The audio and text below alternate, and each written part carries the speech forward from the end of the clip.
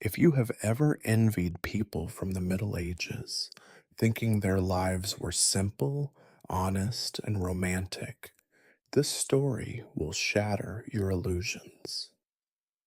There is no room here for heroism or nobility. There is only endless filth, cold, disease, and fear. Here, you are a tax collector, a person hated by everyone, including yourself. Your days are made up of humiliation, hunger, and danger, and your life is filled with dreams of peace that will never come. But before you get comfortable, make sure to like this video and subscribe to the channel, and let me know in the comments which city you're watching from and what time it is for you. I'm really curious to see who's joined us. Now get comfortable. We're about to begin. You may think that life in the Middle Ages was all about battles, tournaments, and grand banquets, but you would be wrong. You are not a knight, nor are you a merchant of silks, nor a monk in a peaceful cloister. You are a tax collector, an entirely different breed of wretch, assigned the joyless task of extracting coin and grain from the calloused hands of those who can least afford to part with it. Congratulations. You are the grinding stone upon which the poor are worn down, the calculating hand that stretches out on behalf of lords who never soil their boots. Your life is neither glamorous nor enviable. You live by the rules of your masters, and you exist to enforce the rules upon others. You are that awkward, often hated intermediary between the desperate, grimy folk of the villages and the insatiable appetites of local barons and the king's insufferable officials. You do not have power, not really. You are a tool, a small cog in a creaking, unfeeling machine. Each day, your existence is painted with the grim palette of necessity. There is little color in your world: mud, smoke, and the occasional spatter of blood.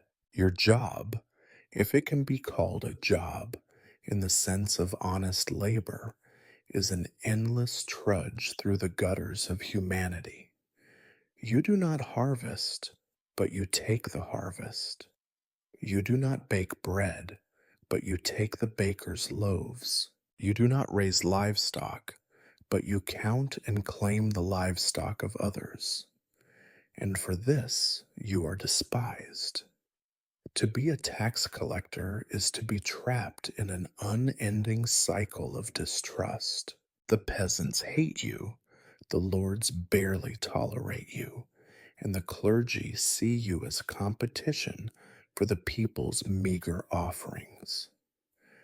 You are the embodiment of everyone's disappointment and frustration, a scapegoat for all the ills of the time. Sometimes you wonder how you ended up here. Perhaps your father was a tax collector, or perhaps he died in a pointless war, and you were left to fend for yourself, and this was the only path open to someone of your miserable talents. No matter how you arrived, the role has become your entire world, a bleak, joyless duty that you cannot escape. At the heart of your profession is the record book, a thick, grimy ledger with torn edges and a smell like rotting turnips. In it are the names of the villagers, their debts, their dues, and their perpetual failings. You carry this heavy burden everywhere, and with each name you cross off, another is added. The work is endless. It has always been endless. You are not alone in your misery. Across the land, Others like you slog through muddy streets and chilly halls, clutching their ledgers, quills, and seals. Some are crueler than you, some are more corrupt. Some, you hear, actually enjoy the suffering they inflict. But for most, it is simply a way to survive, a way to avoid starving, a way to keep their own children, if they have any, from suffering the fate of the poor they torment. You have learned not to expect thanks. The rare times someone offers you a bribe, an old hen, a crust of bread, a whispered promise, you know that accepting is as dangerous as refusing. The law is a tangle of contradictions, and you are its victim as much as anyone else. What you take, you must account for. What you do not take, you may be punished for. Your mistakes can cost you your livelihood, your liberty, even your life. Sleep comes fitfully when it comes at all.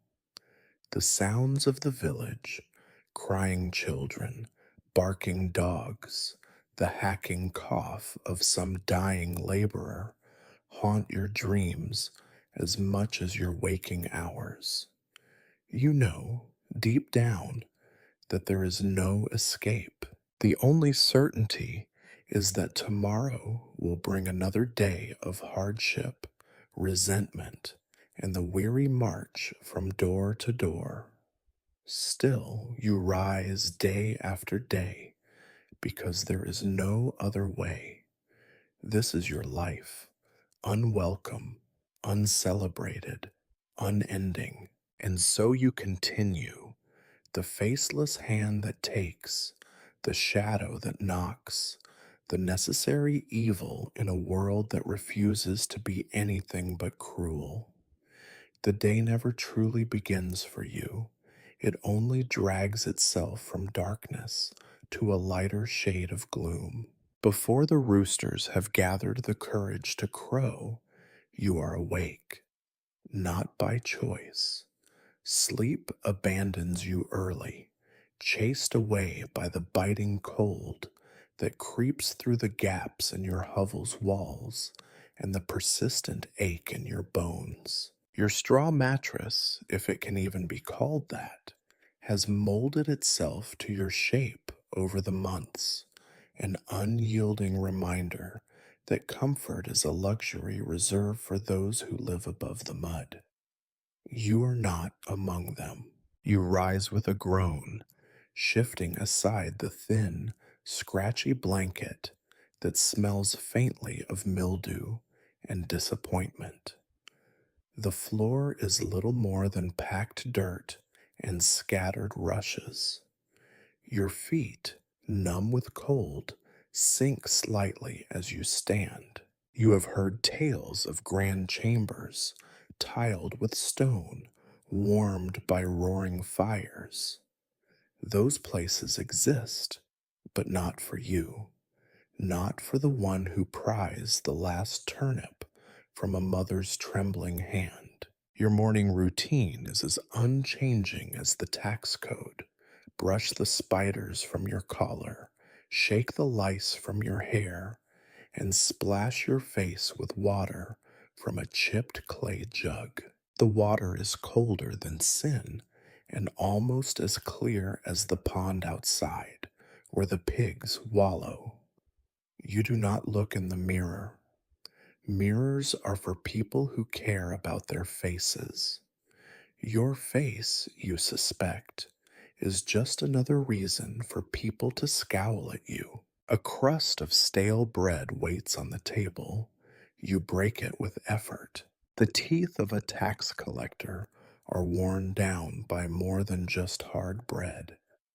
Every day brings you one step closer to the toothless old men you see hunched in the corners of the tavern, mumbling about the times before the last famine, before the last war, before the next tax. Still, you chew and swallow because hunger is even less forgiving than the king.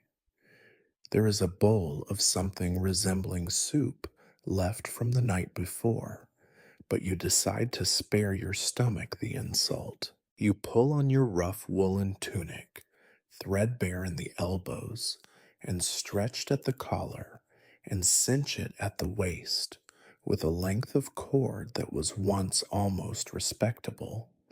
Over it goes your coat, the one with too many patches and not enough warmth. At your belt hang the tools of your office, a dull dagger, not for self defense, but for the rare occasions when you are forced to cut a stubborn bag of grain, a battered writing case with its leaky ink pot, and of course, the ledger. Always the ledger. Outside, the dawn is little more than a gray smear on the horizon. The mist clings to the earth as though reluctant to let the sun take its place.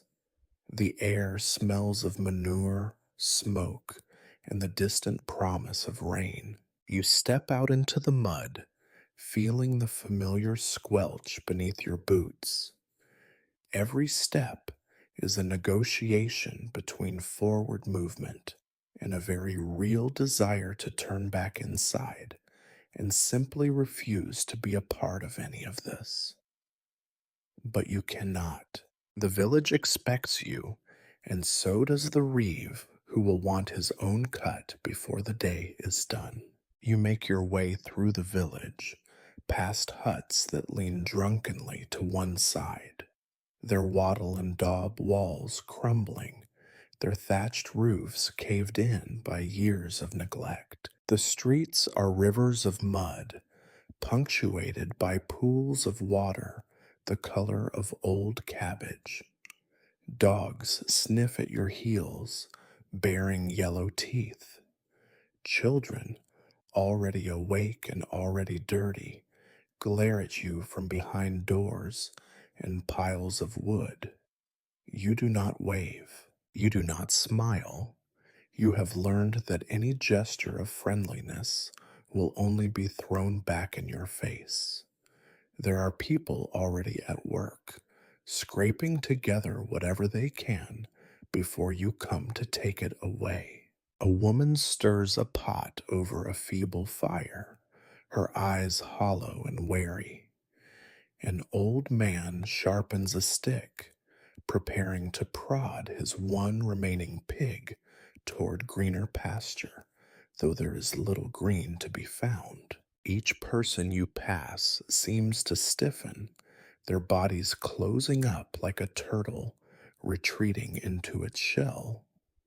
You are not blind to the misery around you.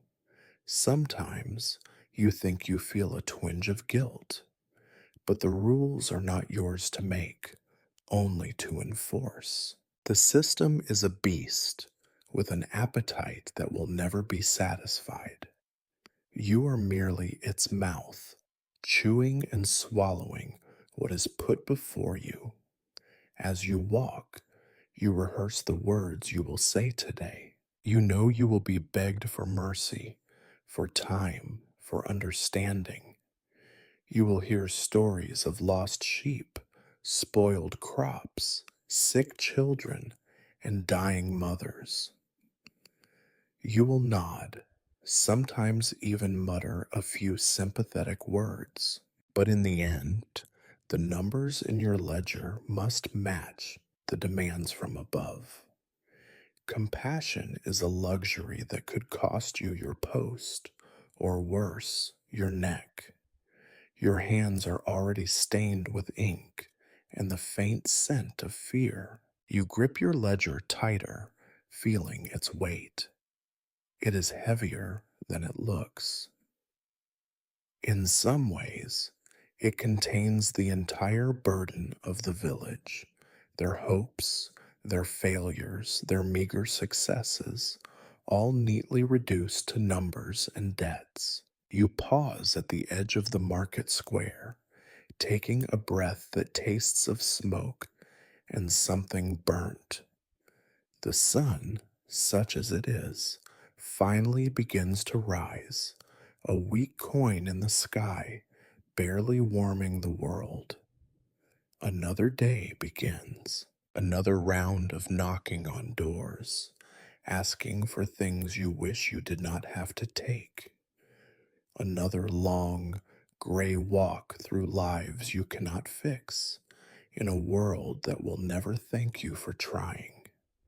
There is no ceremony, no celebration, no hope, just the endless, grinding routine of a life spent in service to a system that despises both you and those you tax. You look at the people and they look back, and for a moment, you all seem to share the same thought.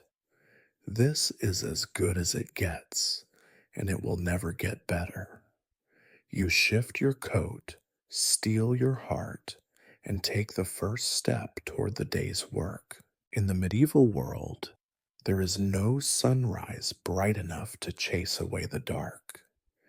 You would think that the worst part of your day is the faces of those you tax, but you have not yet faced the road to reach the next hamlet or the scattered cottages that stubbornly dot the forest's edge.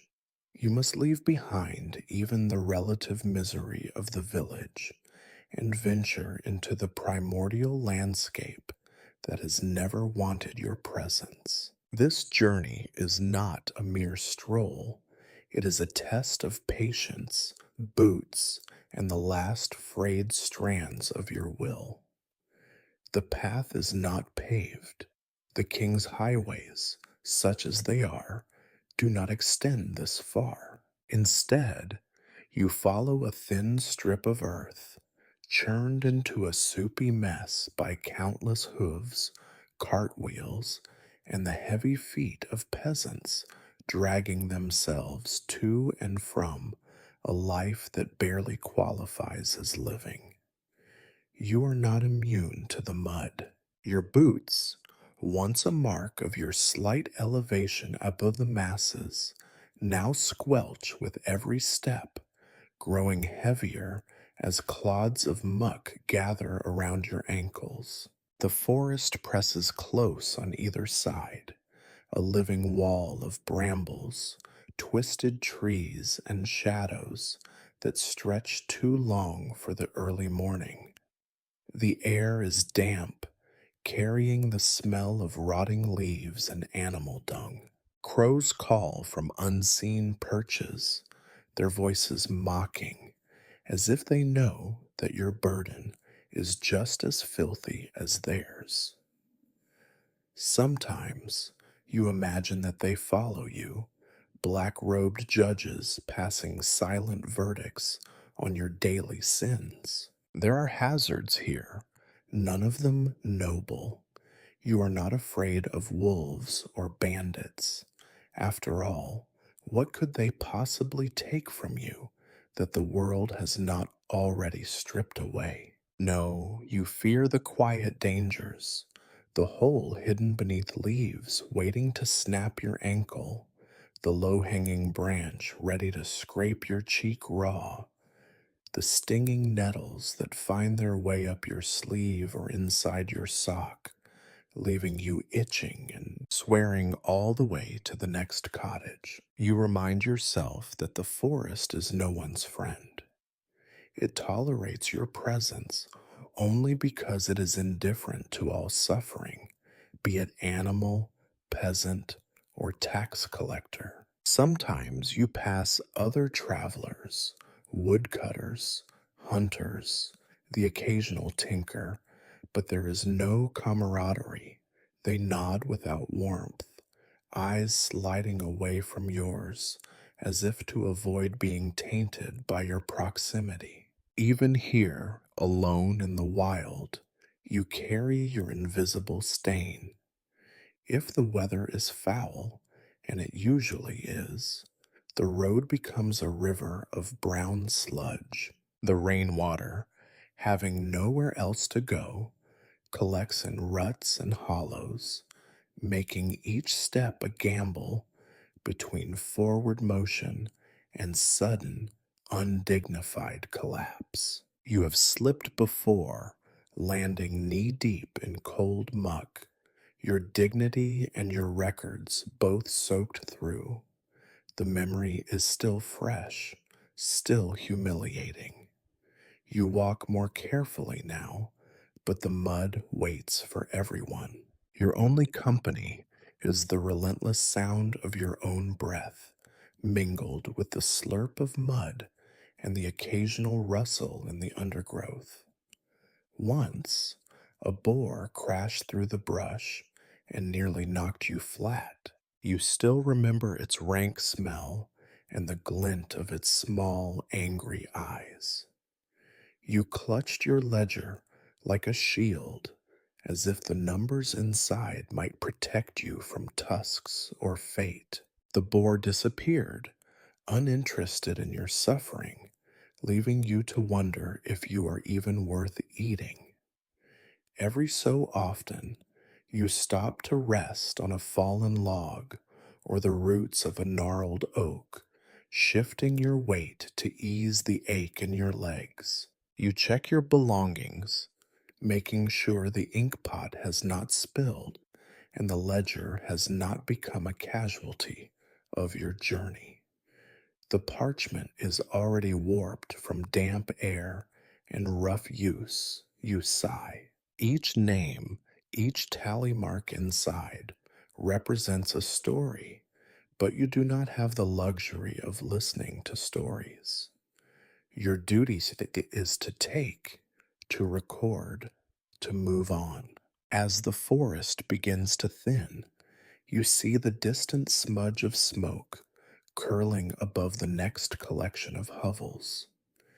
It is not hope you feel, but a tired resignation. Each settlement is the same, a scattering of desperate faces, a handful of coins, or a basket of produce reluctantly surrendered, another black mark against the soul of the man with the ledger. You are the storm that passes through, leaving the earth a little more barren than before.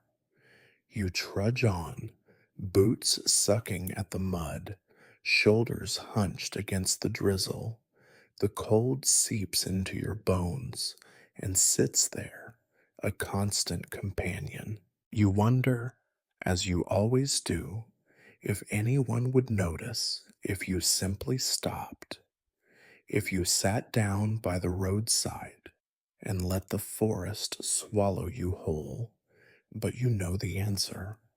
You are not allowed the luxury of disappearing. There are quotas to be met and debts to be collected, and you, unfortunate soul, are needed for these petty cruelties.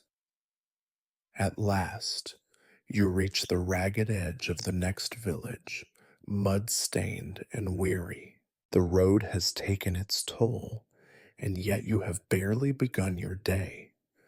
Already you sense the eyes upon you, measuring, dreading, hating. You force yourself upright, clutch the ledger tighter, and prepare to do the work that no one else wants, but everyone depends upon in a world where even the road conspires to grind you into dust. You like to imagine, just for a fleeting moment each morning, that you are a person of importance.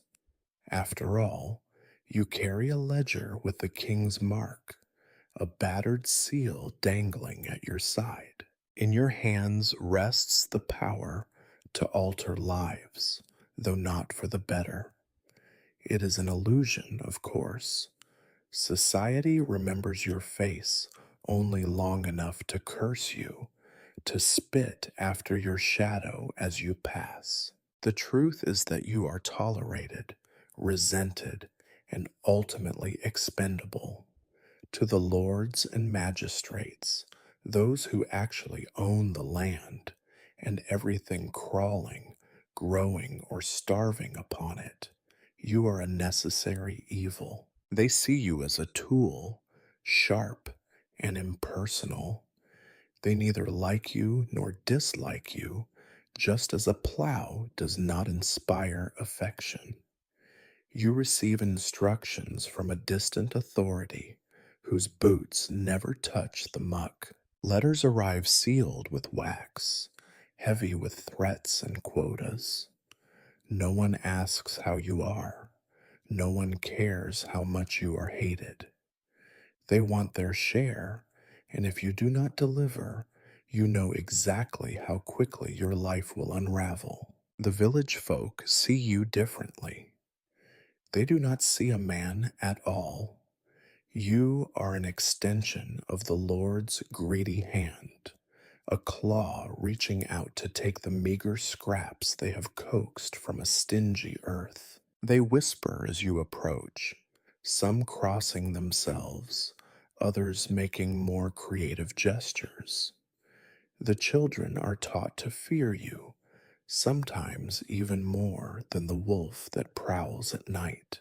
You are the bogeyman who walks in daylight, a monster whose bite comes in the form of missing food and empty cupboards. When you collect the taxes, be it in coin, sacks of barley, a skinny chicken, or a chipped clay jug of sour wine, you become the villain in every story told by candlelight.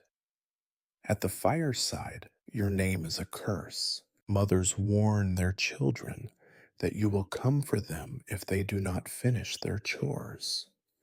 The elderly mutter about times before your face appeared at their door, as if history itself would have been kind without your presence. You would think that this hatred would shield you from requests for favors, but people are nothing if not desperate.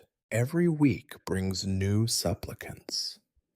A mother whose husband died in the last conscription, begging for an exemption, a crippled plowman offering a small bribe, an egg, a trinket, hoping you will forget his name.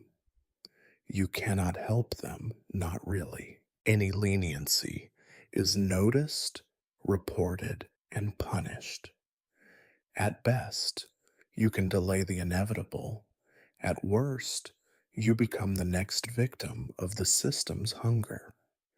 And yet, despite all the scorn and suspicion, your role is essential. Without you, the lords cannot eat, the bailiffs cannot drink, and the king cannot wage his endless, pointless wars.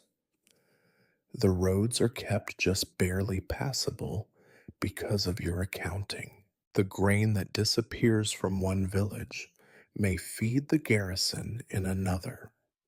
The system is cruel, yes, but it would collapse in an instant if not for people like you grinding through the misery. You sometimes envy the priest, whose collar earns him respect, albeit laced with superstition and fear.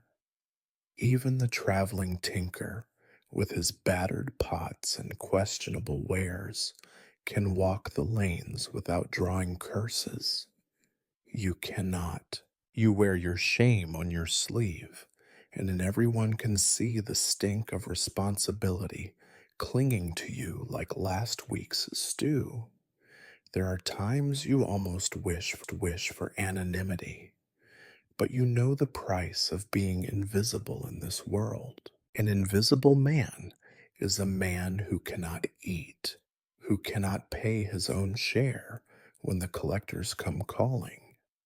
If you vanished, the village would not mourn, and the lords would simply send another in your place, a little crueler, a little hungrier. Occasionally, when you are alone with your thoughts and your ink stained hands, you imagine what it would be like to have a different job. Perhaps you would be a cobbler, respected for the shoes you made, or a miller, feared and envied in equal measure, but at least needed. But you are not those men. Your craft is taking, measuring, and recording. Your hands are not skilled, just persistent. Sometimes the system uses you as a warning. If a village resists too much, if the numbers in your ledger do not satisfy, you become a lesson. You have seen it before. A collector disappears, and the next one comes armed, accompanied by soldiers and hard men with cold eyes. The taxes are doubled. The village suffers. You know this, and so you do your job a little harder each year, a little colder each winter. But even your overlords do not trust you completely. They assume you are stealing, skimming from the top, hoarding coins in loose floorboards, or burying them by the riverbank. They watch you, test you, set traps of their own. You are a thief by default, a liar until proven otherwise. The irony is not lost on you. Everyone accuses you of theft, but the greatest theft is the system itself, draining life from the land, one wretched household at a time. In rare moments of honesty, you recognize the truth. Your position is a fragile perch atop a pile of other people's misery. It offers no shelter, no friendship, no security. You live between two worlds, the world of those who command and the world of those who serve, and both would see you fall if it suited their purpose. As the day draws on and your round continues, you remember this. Every knock on a door, every entry in your ledger, every refusal to listen to a pleading voice, it is all part of the performance. The world demands that you play your role, and so you do, because in this medieval theater, there is no exit, no intermission, and no hope of applause. There are moments in your day when you wish you could simply close your eyes and walk on, blind to the world. But your work demands that you see everything, every hut, every empty bowl, every desperate glance. You become an expert in reading faces, not because you care, but because the faces of peasants are a silent ledger of their suffering, and you must account for every line, every shadow. You approach the first house, a squat construction of wattle and daub, its door barely hanging on its hinges. You knock, and already you hear movement inside. The shuffling, the whispered curses, the muffled cries of children told to stay quiet. When the door finally opens, it reveals a woman with the kind of eyes that no longer hold surprise. They are dull, rimmed red, and they avoid your gaze. She is young, perhaps, but poverty has aged her faster than the years. She clutches a ragged shawl around her shoulders, as if it could hide her shame. You state your purpose. There is no need to explain. She knows why you are here. Everyone does. She motions for you to step inside.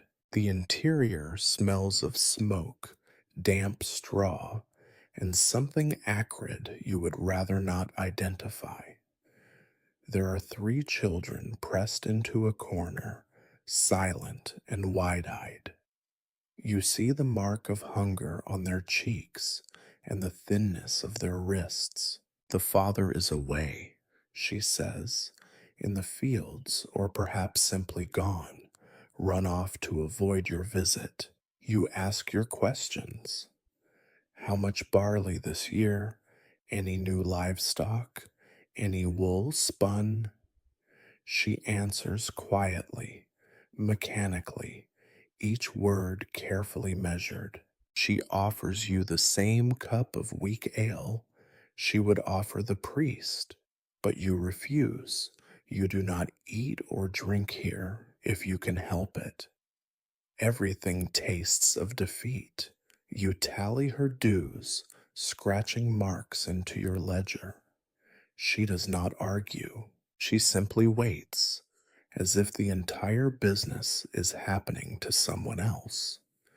When you finish, she reaches behind a basket and pulls out a few withered carrots, a broken egg, and a small lump of cheese gone blue at the corners. This is her offering. You take it because you must, and she sighs as if a piece of her own soul has been placed in your sack. Outside, the children watch you go, their eyes following your every step. You wonder what stories they will tell about you tonight. Perhaps you will be a monster with claws, or perhaps just a faceless shadow. It does not matter. They will learn, as their parents did, that fear is a part of life. At the next house, you are met by an old man with hands twisted by years of labor and a back bowed by more years than you care to count. His face is like the bark of a tree, rough, scarred, unreadable. He greets you with a look that is neither friendly nor hostile. He is beyond such emotions. You suspect that if you told him the world would end tomorrow, he would simply nod and ask if the Lord would still want his share. You inspect his stores, a handful of turnips, a single mangy chicken, a few onions shriveled by the winter. He mutters about bad weather, about the grain that never sprouted, about his wife who died last year. You listen because you must, but you write down the numbers all the same. He does not try to bargain. He knows there is nothing left to offer. You wonder how many years it takes to reach such resignation. Perhaps you are learning. Every door is a new lesson in hardship. At one, a young girl offers you a loaf of bread that is mostly sawdust.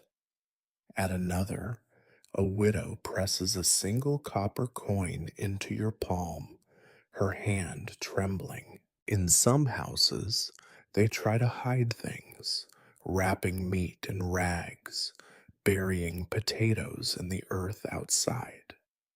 You find them, of course. You always find them. It is your job to see what others wish to conceal. Some faces are hostile.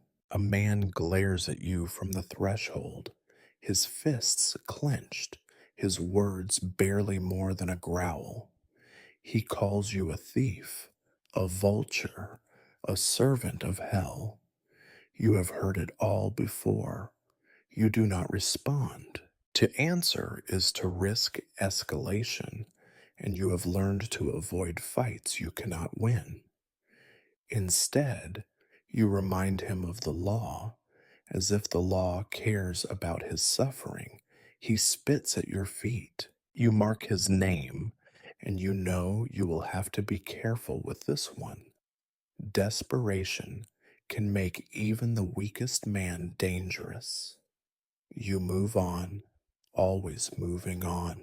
Each face you meet is another chapter in a book no one will read, a catalog of loss, fear, and weary submission. Occasionally, you glimpse moments of defiance, a child who meets your gaze without flinching, a woman who stands tall as she gives up her last measure of flour. But these moments are rare. Mostly, you see defeat. The faces blur together, hungry, hopeless, haunted. Sometimes, as you walk between houses, you wonder how you must look to them. Do they see a villain or simply another victim caught in the gears of a system that grinds everyone to dust? You do not ask. It is better not to know. Your ledger fills with names and numbers. Your sack grows heavier with the meager offerings you have collected. The sun, such as it is, crawls across the sky, marking the passage of another dreary day. You see faces everywhere, at doors, in fields, behind cracked windows. They are all waiting for you, all fearing your arrival, all knowing that whatever you take, it will never be enough for the Lord's, and never leave them quite enough to live. You keep walking, face after face, door after door. The weight of their stares, the stares follows you long after you have moved on, a burden heavier than your sack, heavier than your ledger, heavier than all the mud in the world. There is a rhythm to the act of tax collection, a mechanical process, learned and perfected through years of repetition. It is not a dance, because there is no grace in it, only the monotonous trudge of obligation. The village, if it can be called that, stretches before you in a crooked line, lean to after lean to, each more battered than the last, each containing a soul waiting for the knock at their door. You are not the harbinger of justice or the bearer of hope. Your knock is not a question, it is an inevitability. Even before your fist meets wood, the air inside a house thickens with dread. You have seen it in every village, every year, every season. People anticipate your arrival the way one anticipates a fever, with weary acceptance and a desperate wish for it to pass quickly. You begin at the outermost houses. Here, the people are often the poorest, those pushed to the margins by bad luck or bad blood. These are the ones who owe the most and have the least to give. Your arrival is rarely met with more than a hollow look. Sometimes you are offered a place to sit. Sometimes you are made to wait while the family scrapes together whatever they have managed to hide from you. You let them. There is no point in rushing misery. The process is always the same. You take out your ledger, its cover stained and softened by years of hands clutching it in fear, anger, and supplication. You call the head of household by name, watching as the syllables fall on their ears like stones dropped into a well. You announce the Lord's demands for the season: a tenth of the grain, 2 chickens, 4 measures of barley, a copper coin for every adult. The list is endless, the logic circular. If they plead, you remind them that the Lord's need is great this year, greater than their own. The man or woman of the house protests sometimes. They tell you of the failed harvest, of the wolf that took their sheep, of the sickness that swept through last winter and left only grief in its wake. You listen, but the ledger does not. You cannot write exceptions into its margins. Each story is another pebble in the river of suffering that flows through these villages, barely causing a ripple before being swept away by the current of duty. Sometimes you have to inspect the stores yourself. You walk through the low doorway, head ducked, stepping carefully to avoid the puddle on the dirt floor. You peer into barrels and sacks, shake a basket or two, lift a lid from a pot. The people watch you, eyes narrowed, bodies tense. They have grown clever over the years, hiding their best potatoes at the bottom of a dung heap, sewing coins into the hems of rags, burying eggs in the corners of the yard. You know most of the tricks. Sometimes you let a small deceit pass. Other times, especially when your own quotas weigh heavily on your mind, you make a show of finding what they have hidden. It is a performance, and you are both audience and judge. A sigh. Here, a tear there, a trembling hand holding out a gift meant to soften your heart. You have learned to take what is offered, then look for more.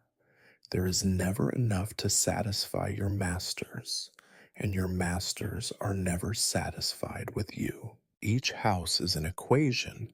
What can be spared? What can be hidden? What must be taken?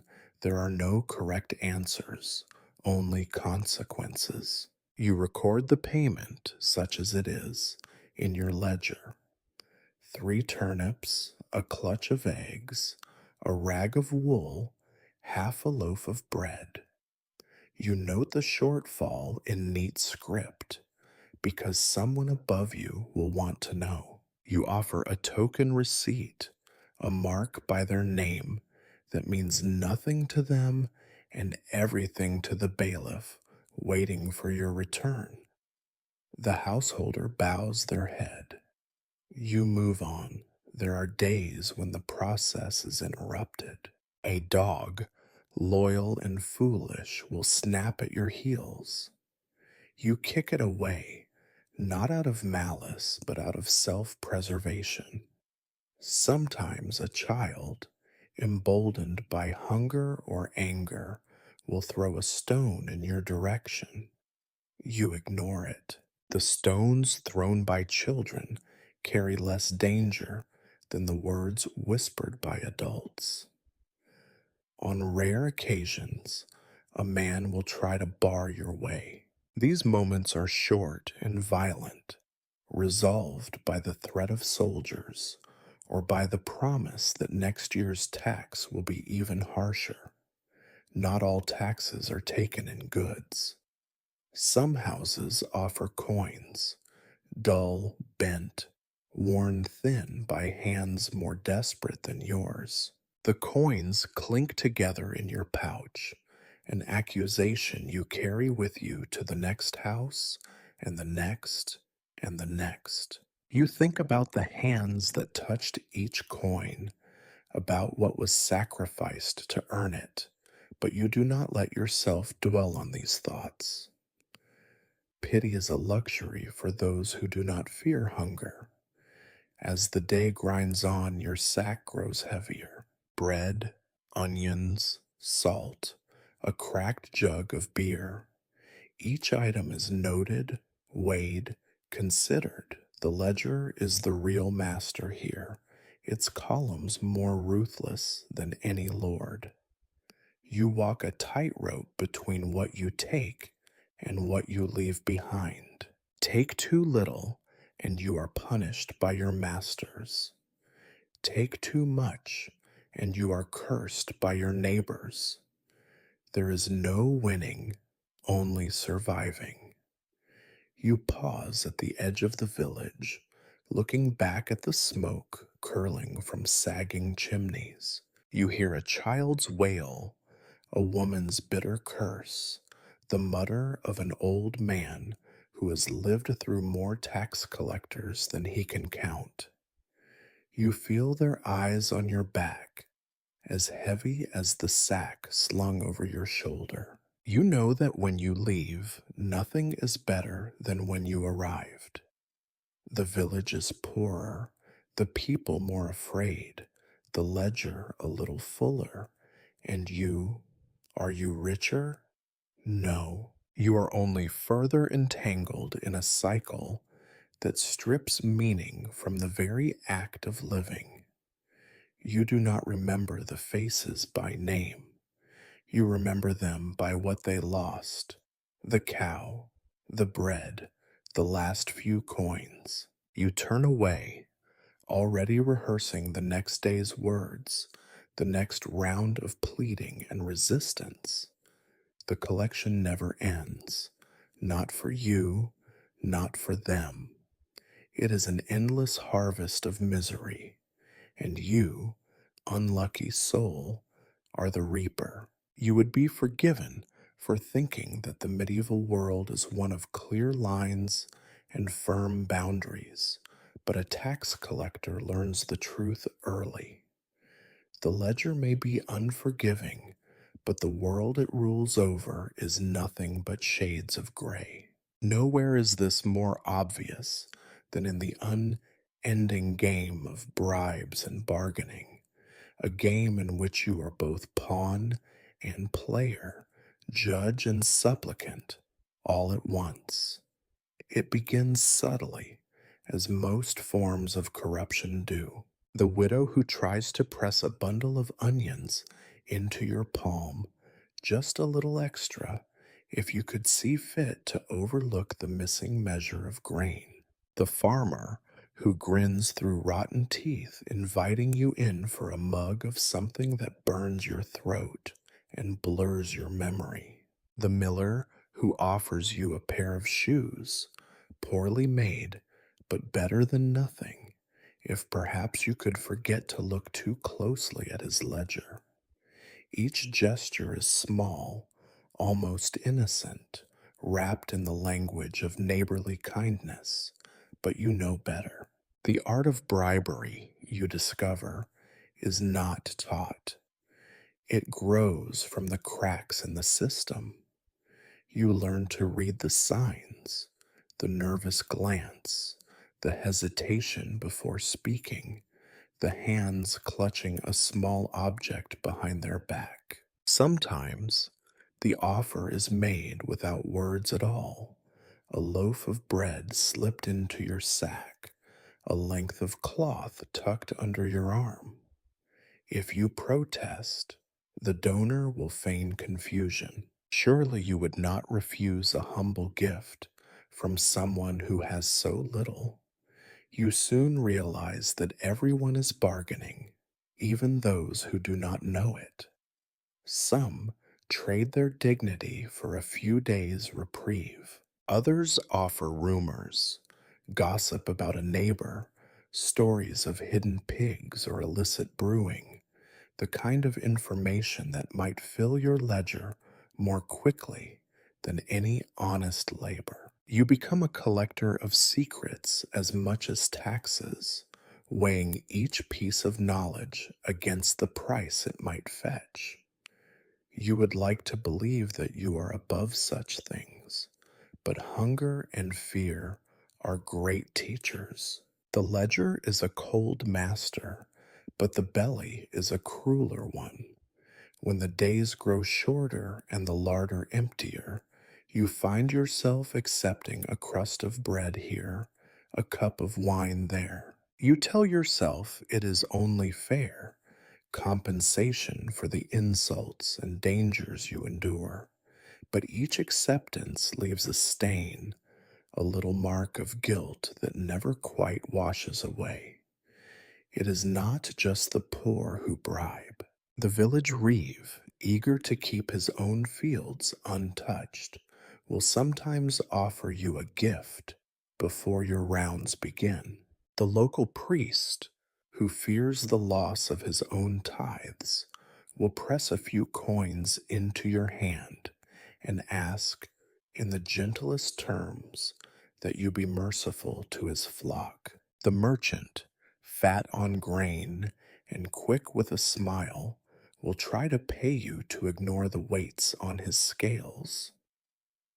All of them speak the language of compromise, but none of them trust you. In this world, trust is worth less than a rotten egg. Bargaining, however, is not always about goods or coin. There are bargains of silence and of violence. You learn to listen for the unspoken threats. The peasant who lets his eyes linger a little too long on your dagger. The old woman who warns you that a Real misfortune might befall those who are too greedy. The young men who gather in the dark, their voices carrying the promise of trouble. You weigh each risk, calculating what you can take, what you must leave, and what price you might pay if you guess wrong. Sometimes the bargains become more desperate. A mother will offer herself, tears in her eyes, hoping you will spare her children. You turn away, sickened, but you do not refuse outright.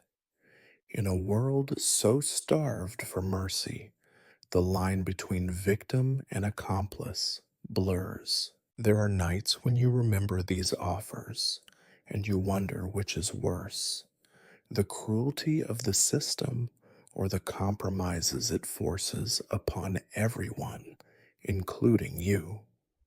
Of course, not every bribe is accepted. You have limits, or so you tell yourself.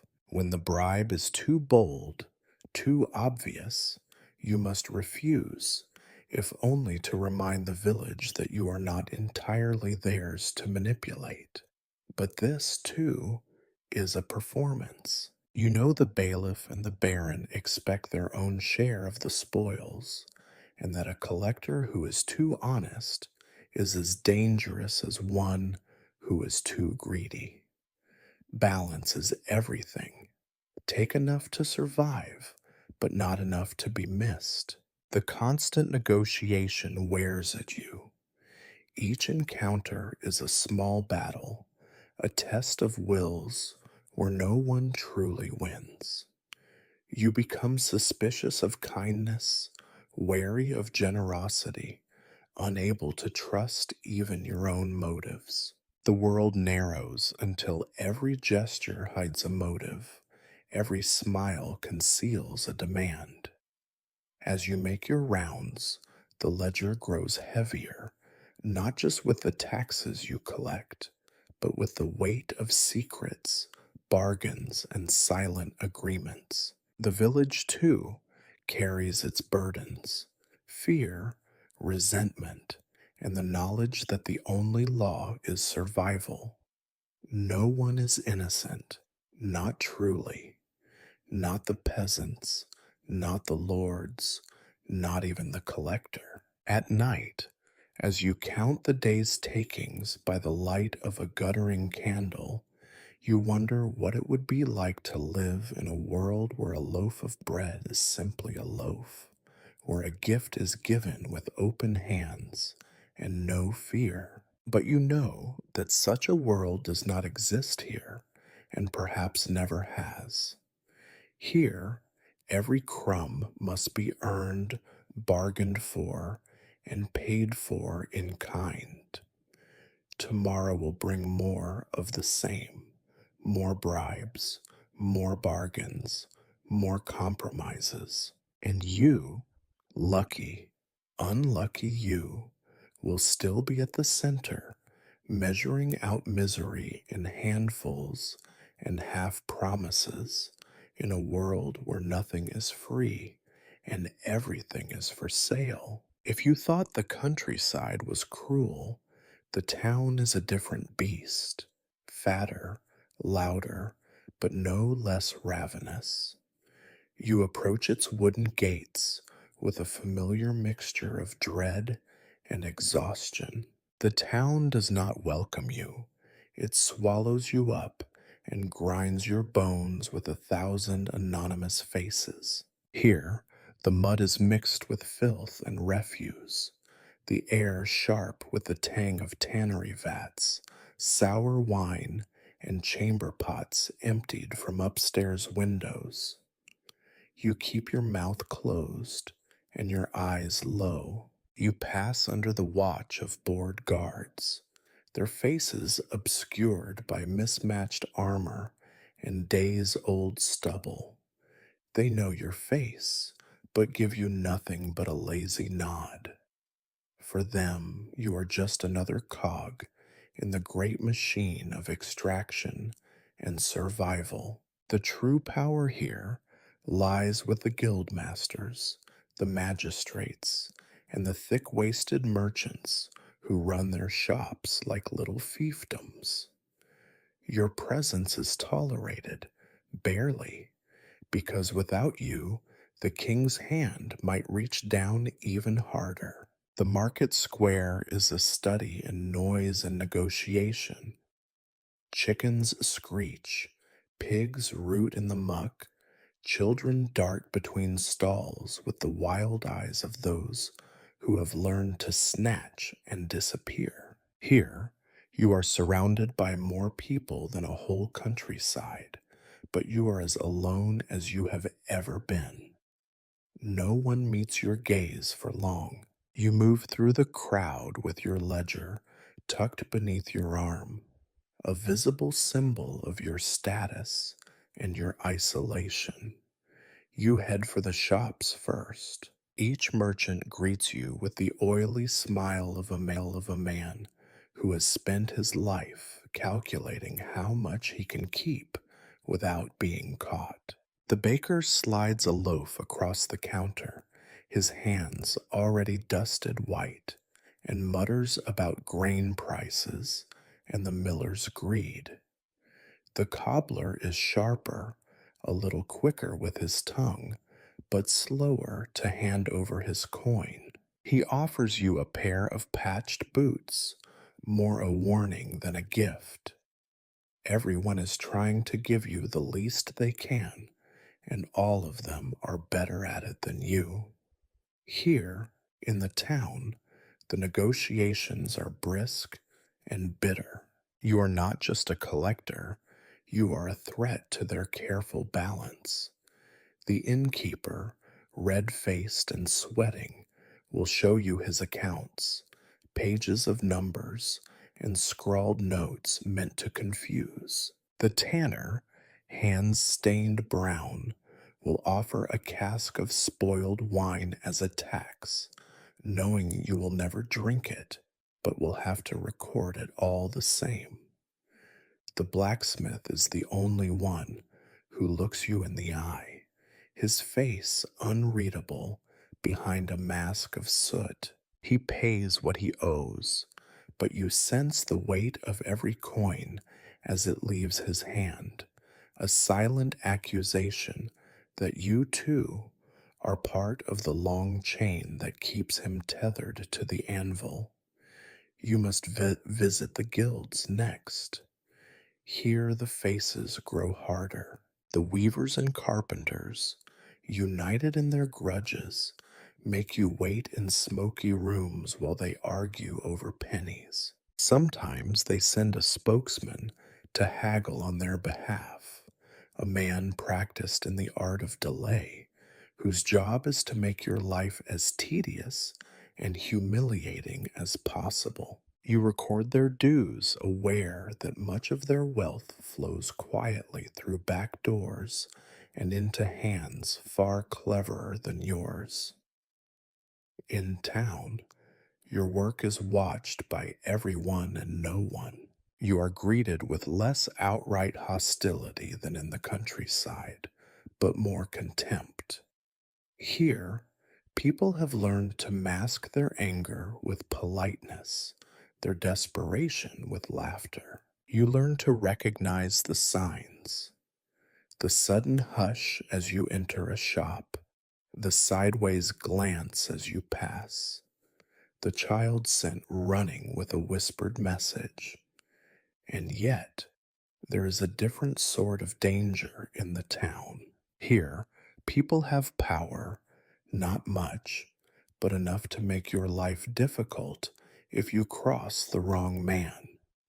You tread carefully, remembering the stories of collectors who vanished down alleyways, never to be seen again.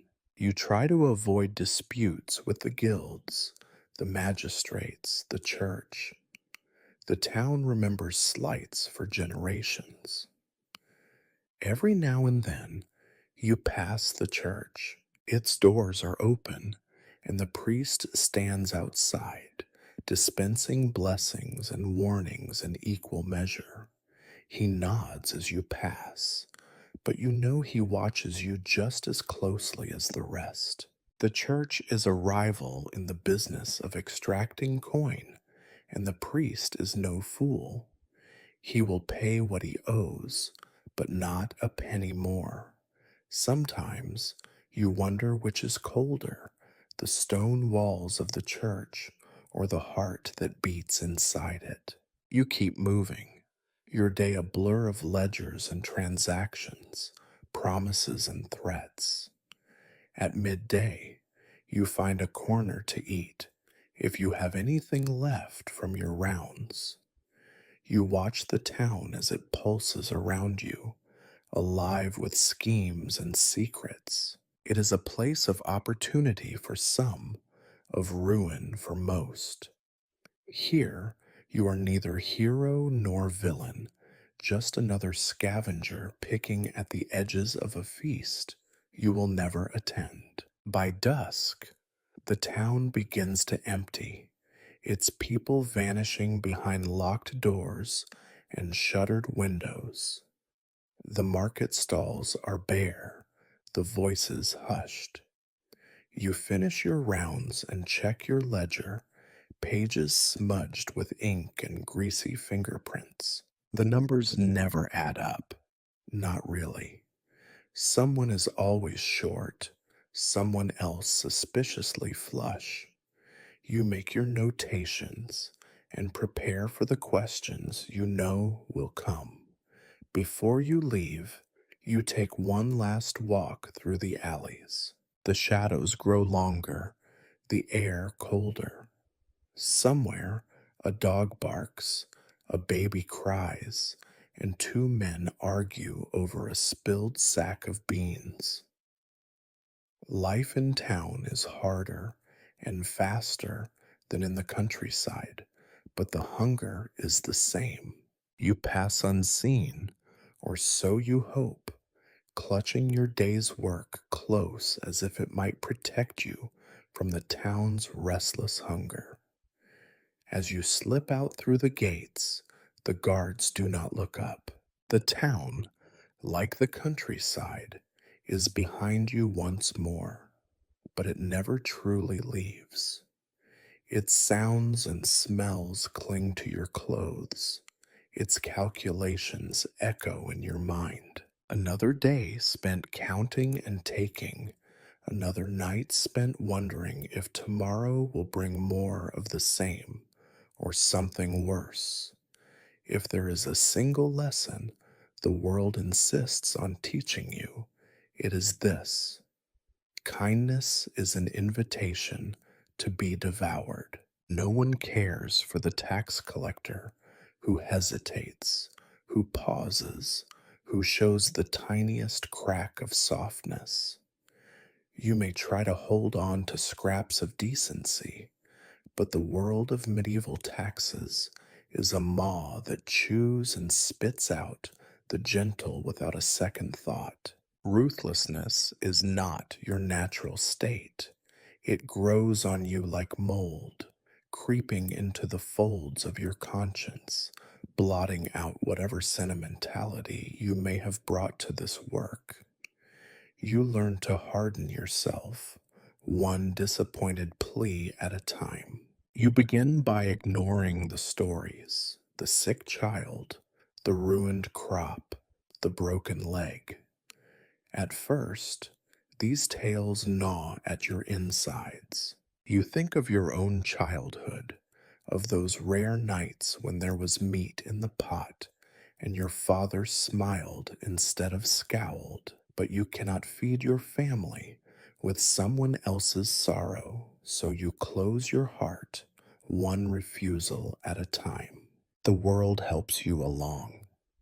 At the end of every week, you must present your ledgers to men certain whose boots are dry and whose tempers are shorter than their swords. If your numbers do not please them, you will be threatened, first with words, then with fists, and, if you are especially unlucky, with a cell deep enough that the sun forgets your name. No lord wants to hear that his people are starving.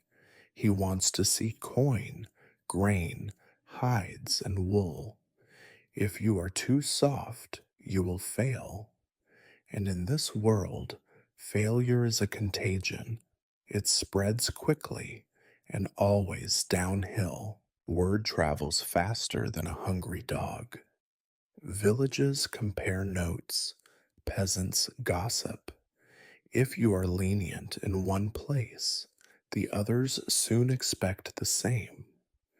Before long, your reputation is gone, and every house is a battlefield of bargaining and threats.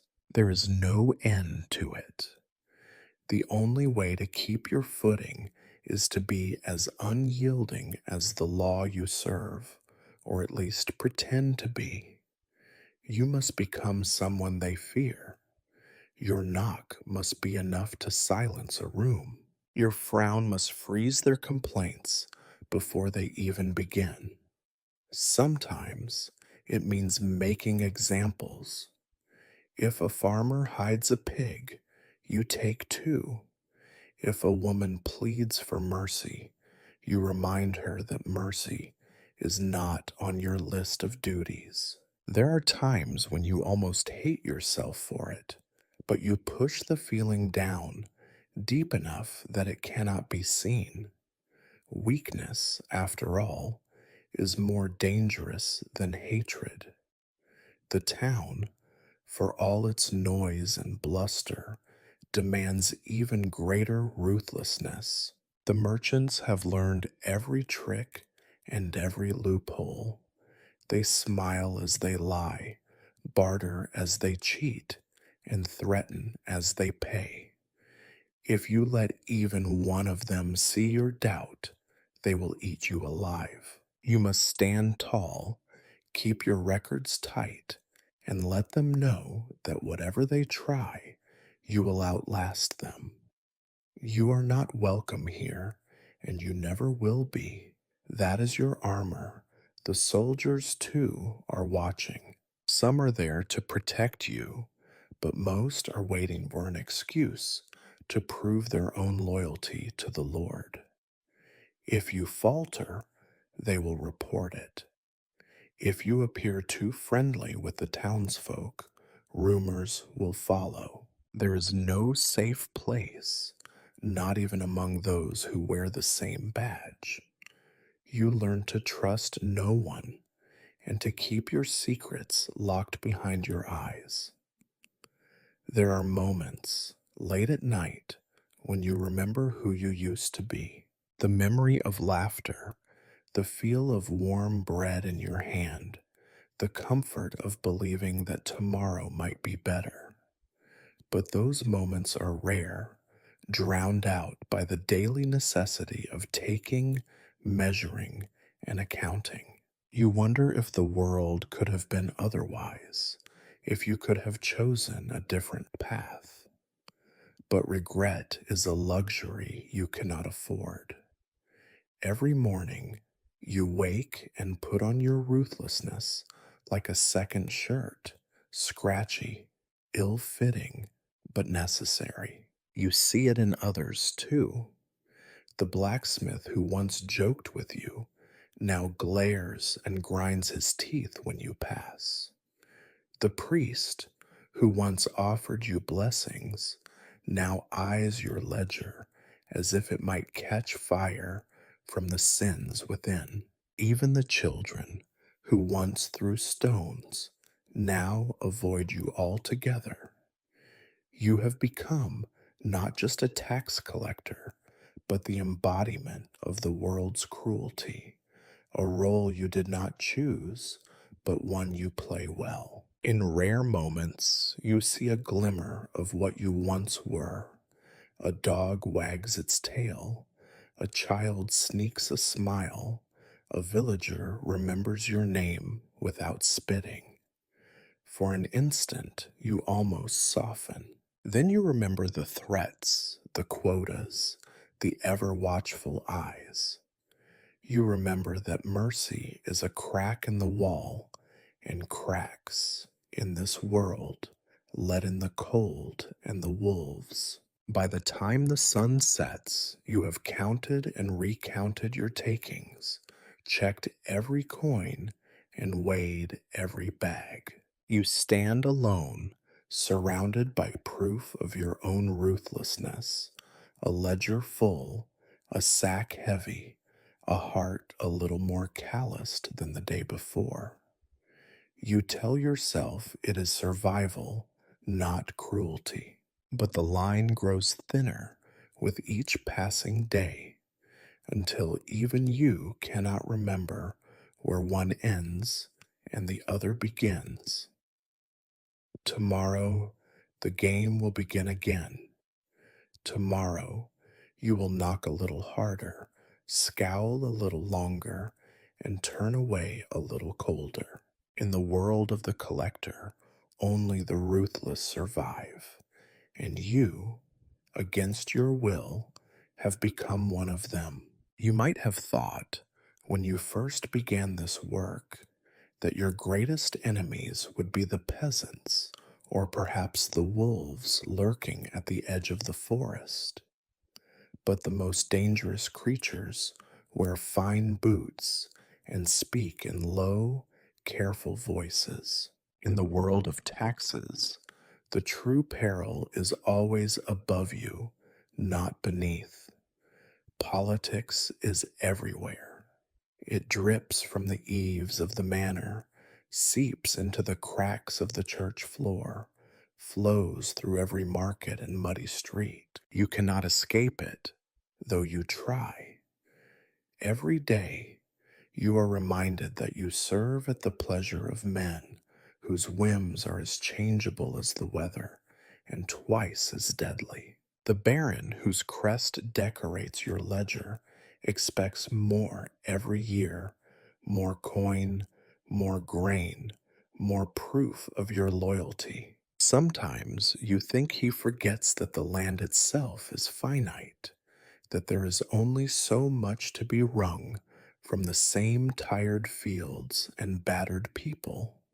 But lords are not paid to understand reality. They are paid to want, and to want more than they did the year before. If the numbers in your book fall short, you are summoned to the manor, made to stand before men whose hands have never touched dirt. They ask questions for which there are no safe answers.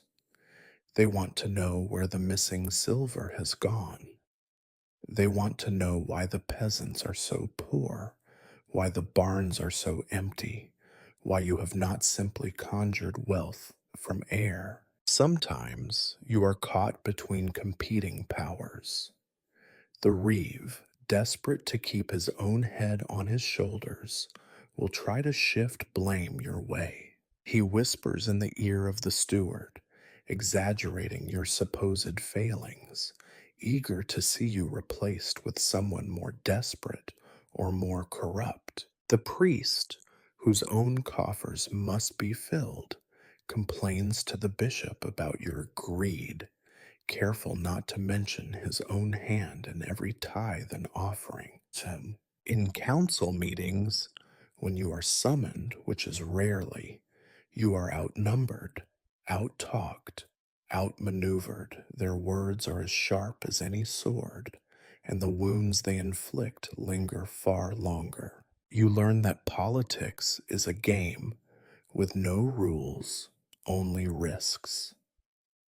Sometimes a minor lord from a neighboring region visits his retinue, muddying the village square with new demands and threats. He brings his own taxmen, hungry for a share, eager to prove themselves by uncovering mismanagement. Your records are examined, your methods questioned, your honesty doubted. It is not enough to survive the hatred of the villagers. You must survive the envy and suspicion of those who claim to be on your side. Corruption is not a rumor in your world. It is a way of life, as common as bread and far more bitter. You see it in the way the market masters slip a few coins to the steward, in the way the priest suddenly finds a forgotten debt paid in candles, in the way a rival collector boasts of his connections to the local magistrate. Every favor is bought and sold, every secret traded for a better position or a lighter load. You are forced to participate, whether you want to or not. You learn to offer gifts when required, to nod at the right time, to say nothing when you see what should not be seen. To do otherwise is to invite ruin. There are days when the politics of the town spill into violence. Once, a riot broke out over a new tax levied on salt.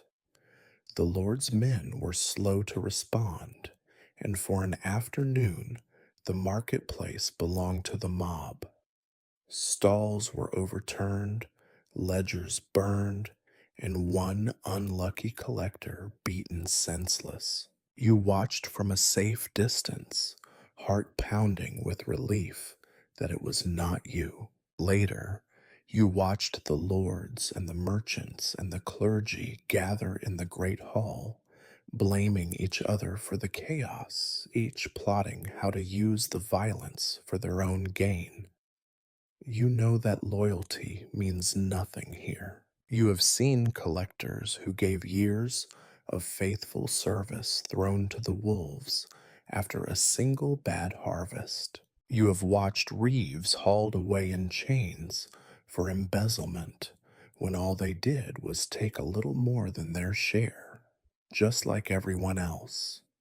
You keep your head down, your mouth shut, your books in order. You trust no one, not even yourself. Every interaction becomes a calculation: what to say, what to hide, whom to flatter, whom to ignore. Even your words are taxed. If you speak too little, you are called secretive. If you speak too much, you are labeled a gossip. The safest path is silence, but silence is rarely safe enough. Someone is always watching, always listening, always but waiting for you to slip. Occasionally, you find yourself wishing for the simple hatred of the villagers. Their anger is honest, their contempt straightforward.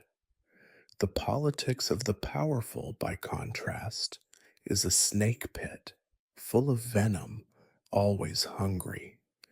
You become adept at reading faces, weighing words, sensing the subtle shifts in mood that precede disaster. Sometimes you survive by luck, sometimes by cunning, but never by justice. The weight of it all sits on your shoulders. The demands from above, the expectations from below, the ever present threat of being caught in the crossfire. You realize that your job is not to collect taxes, not really. Your job is to survive the politics, to navigate the labyrinth of favors, threats, and betrayals without losing your head or your soul. At night, you lie awake and wonder how many others feel the same. How many collectors, reeves, and scribes stare at their ceilings, praying that tomorrow's storm passes over their heads. You know the answer: too many. And every year there are fewer. The game never ends, and there are no winners, only survivors. And for now, you are still among them. You might think that your most pressing problems come from those who owe taxes. The starving peasant, the cunning merchant, the weaver who hides his better cloth, these, at least, you can see and count and write into your ledger. But the worst trouble always comes from those who, like you, work for the system. The local authorities, with their small powers and infinite appetites, are the sand in every gear, the shadow in every deal, the rot in every foundation. They wear their authority like a shield and a weapon, both at once. The reeve, appointed by the Lord, but despised by his neighbors, acts as if the village is his own personal domain. He stands in the square, barking orders, collecting petty bribes from the very people you are meant to tax. If you try to work around him, he reports you to the steward. If you cooperate, he makes you part of his racket, and your hands become as dirty as his. There is the bailiff, too, who keeps the Lord's peace with a cudgel and an eye for opportunity. When you pass through the village, he demands a cut of whatever you collect. For the trouble of keeping things orderly, he claims, as if he were the only reason you have not yet been trampled or drowned in the village well. His men linger nearby, all muscle and bad teeth, eager for the excuse to remind you that the badge on your coat does not make you untouchable. The magistrate in town is no better. His official seal is stamped on every complaint and every accusation, but it might as well be a thumbprint in the mud. If you cross him, you find yourself waiting hours outside his door while he finishes his wine and dice games. When he finally grants you an audience, he reminds you that his word is law, except, of course, when a wealthier merchant or a well connected priest arrives. Then the law becomes flexible, and your careful records are swept aside in a moment. No matter how precise your accounting, there is always someone ready to dispute it. The guildmasters bristle at every tax, claiming their members are too poor, too overworked, too essential to be burdened further. They arrange meetings, lengthy affairs held in smoky rooms where every argument is drawn out, every number contested, every demand met with counter demand. You try to keep your composure, but it is like fencing with fog. Every thrust passes through and leaves you more tired than before. You are expected to work with these people, but with is a relative term. They expect favors, expect leniency for their friends and relatives, expect a blind eye turned to their own dealings. In exchange, they offer nothing but headaches. The moment you show even a hint of independence, they close ranks and shut you out. Suddenly, the records you need go missing, the doors you knock on stay closed, and rumors about your dishonesty spread like wildfire. It does not take much to destroy a collector's reputation, only a few words in the right ears, a suggestion that you are skimming too much, or worse, not enough. There are the local priests as well, who believe that their flock's first loyalty should be to God, and, by convenient extension, to themselves. They collect tithes, offerings, and voluntary gifts with a practiced hand. You, with your ledger and your ever present demands, are a threat to their income and their authority. If you are too strict, they will denounce you from the pulpit as a servant of mammon. If you are too lenient, they will whisper that you are in league with heretics. Either way, you lose.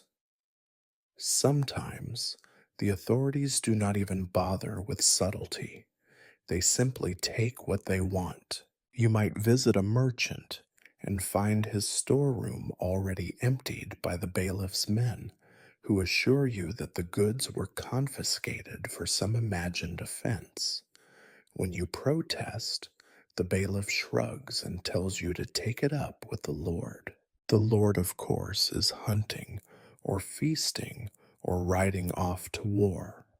He will not see you, or if he does, he will smile and remind you that the world is unfair. You are not blameless in this, of course. To survive, you sometimes play their games, offering a little here, overlooking a lot there. You have learned to nod and keep your true thoughts to yourself. You keep a separate ledger in your head, tracking which local official is owed a favor, who is best avoided, who is too dangerous to cross. It is a delicate balance, and one slip can ruin you. All the while, the villagers watch. They see you consorting with the authorities, laughing when you must, bowing when required. They see you take a coin from the reeve, pass a loaf to the priest, stand silent as the bailiff pockets his cut. To them, you are no better than the rest, a leech among leeches, another mouth feeding on their misery.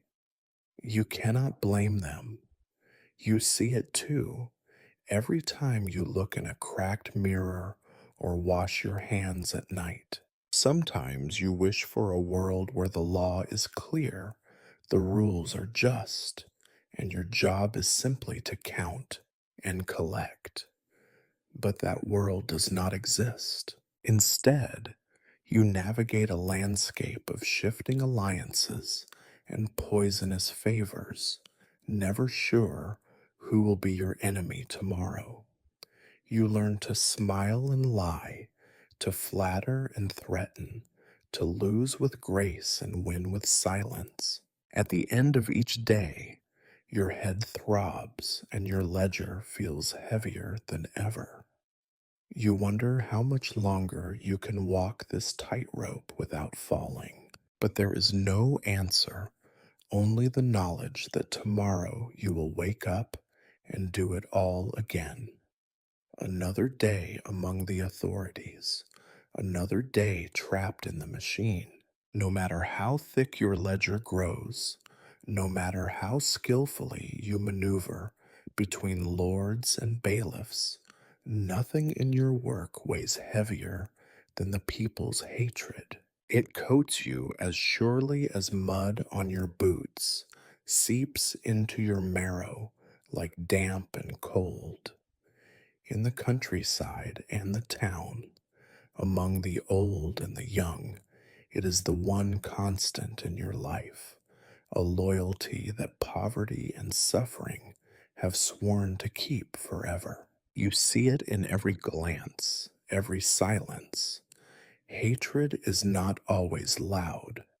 Sometimes it is averted eyes as you walk by, hands tightening around broom handles, mothers pulling children behind skirts as if you carried plague instead of parchment. Sometimes, though, it is loud.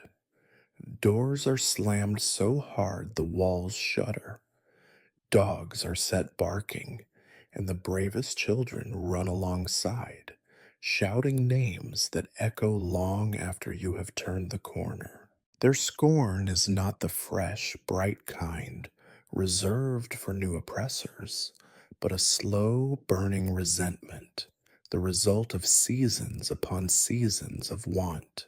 You are the face of the baron's greed, the agent of the king's indifference, the walking reminder that in this world, hope is always paid for in pain. For many, you are the only representative of authority they will ever see, a man with a ledger, a list, a demand. They do not see the Lord's table groaning under feasts, or the king's jewels glinting in distant halls. They see you with your sack and your seal, and to them you are all that is wrong with their world. There are those who are not content with silent contempt. Once, in a winter even harsher than most, you found crude drawings on the walls of the village square, a bent figure with a ledger, being chased by pigs and dogs, tripped by children, and pelted by rotten turnips. You did not ask who drew them. You did not need to. It was their revenge, silent but stinging all the same. Sometimes you catch snatches of songs, low and mocking, as you pass, verses about the collector with a heart of stone and hands like leeches, about his mother's shame and his inevitable ugly fate. It is not just the adults, the children learn the words young, passing them on as if hatred is part of the inheritance of poverty. You hear your name twisted, spat, dragged through every kind of filth. You wonder what it would feel like to hear your own name spoken with anything resembling respect. In town, the hatred is quieter, but deeper.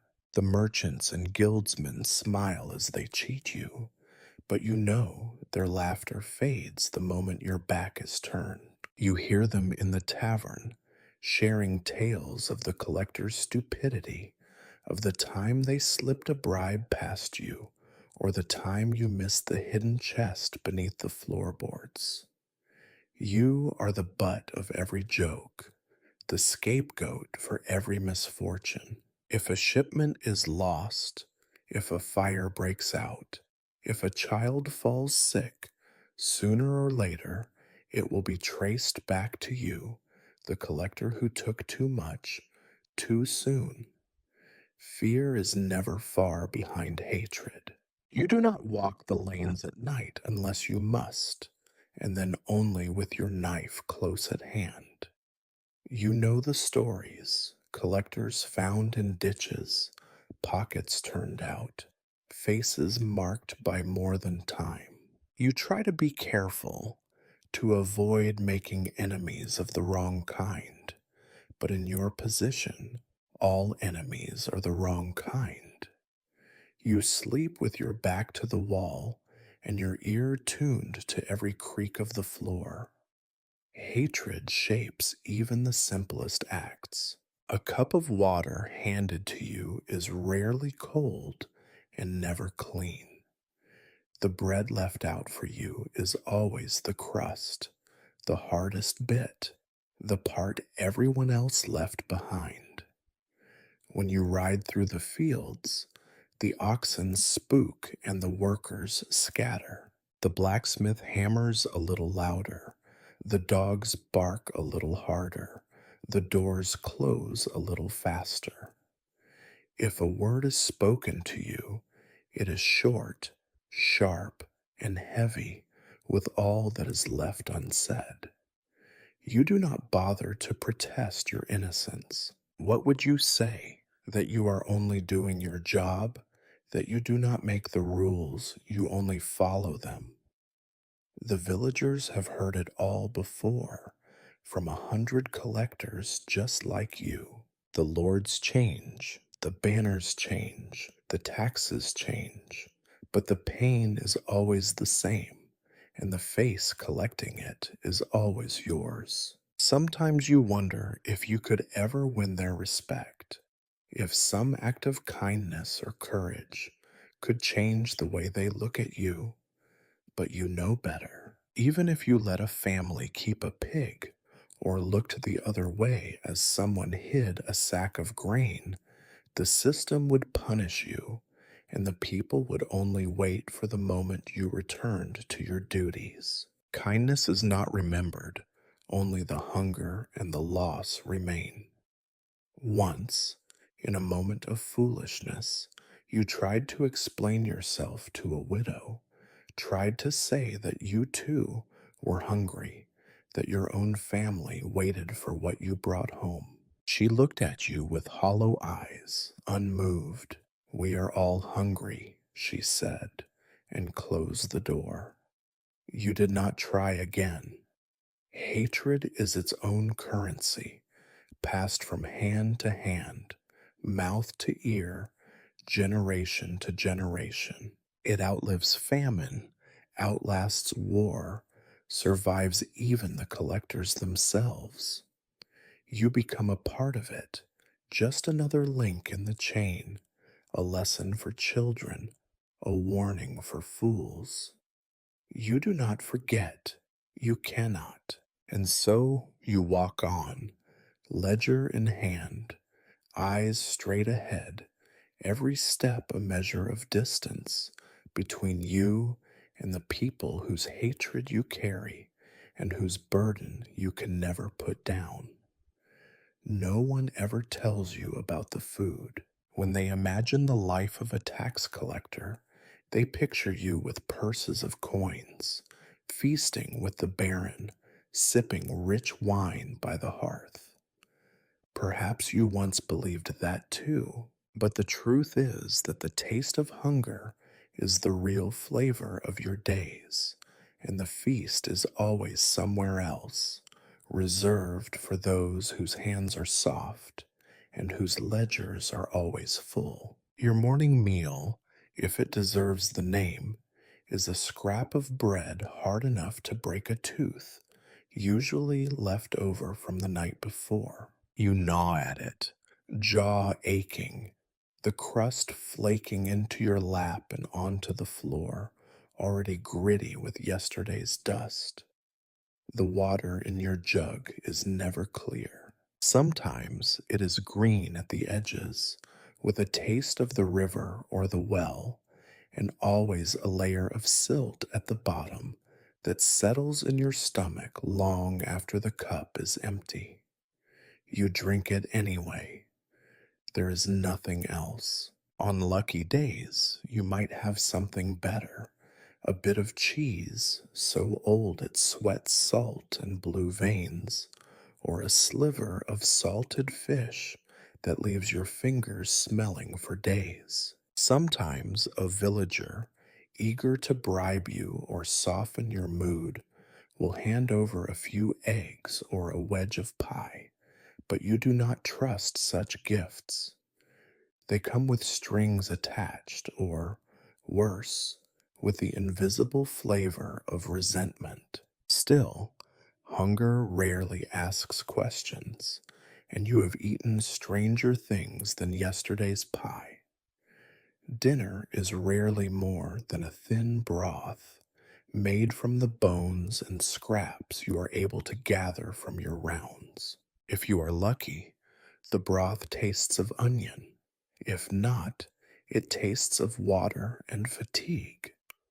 On bad days, days when the quotas are high, the people tight fisted, and your luck absent, there is no dinner at all. You sit by a guttering candle, watching shadows crawl across the walls, your stomach aching, and your mind drifting to memories of meals you barely remember.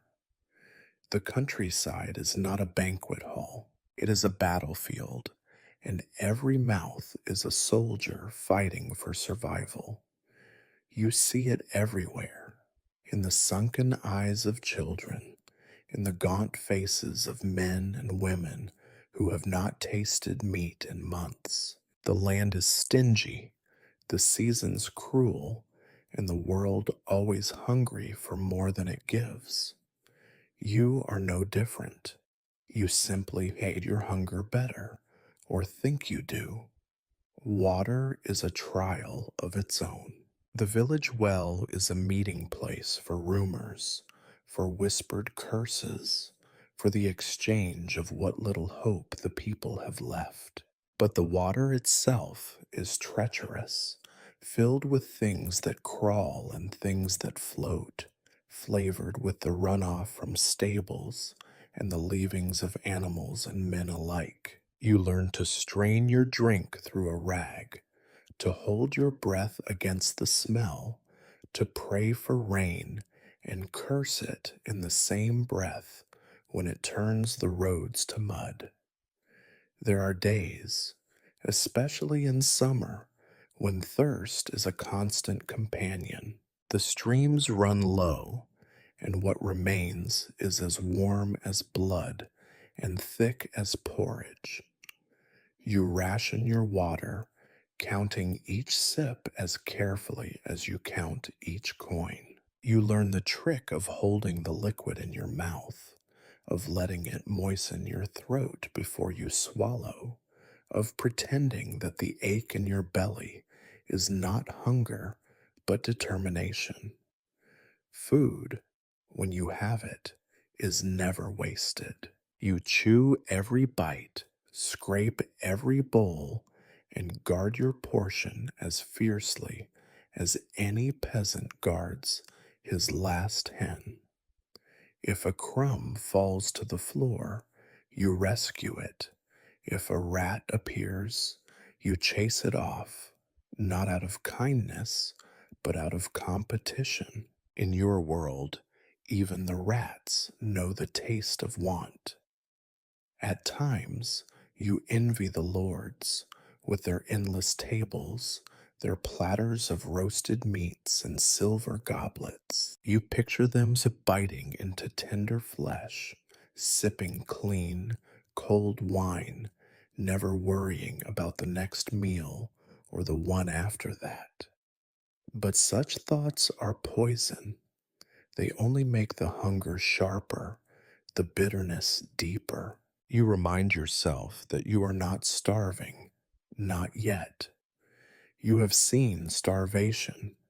It sits in the hollowed cheeks of the widow, in the silence of the child too weak to cry, in the empty fields that stretch out beneath a sky that does not care. Sometimes, in the towns, you can buy a meal, a heel of bread, a bowl of stew, a cup of beer sour enough to make your eyes water.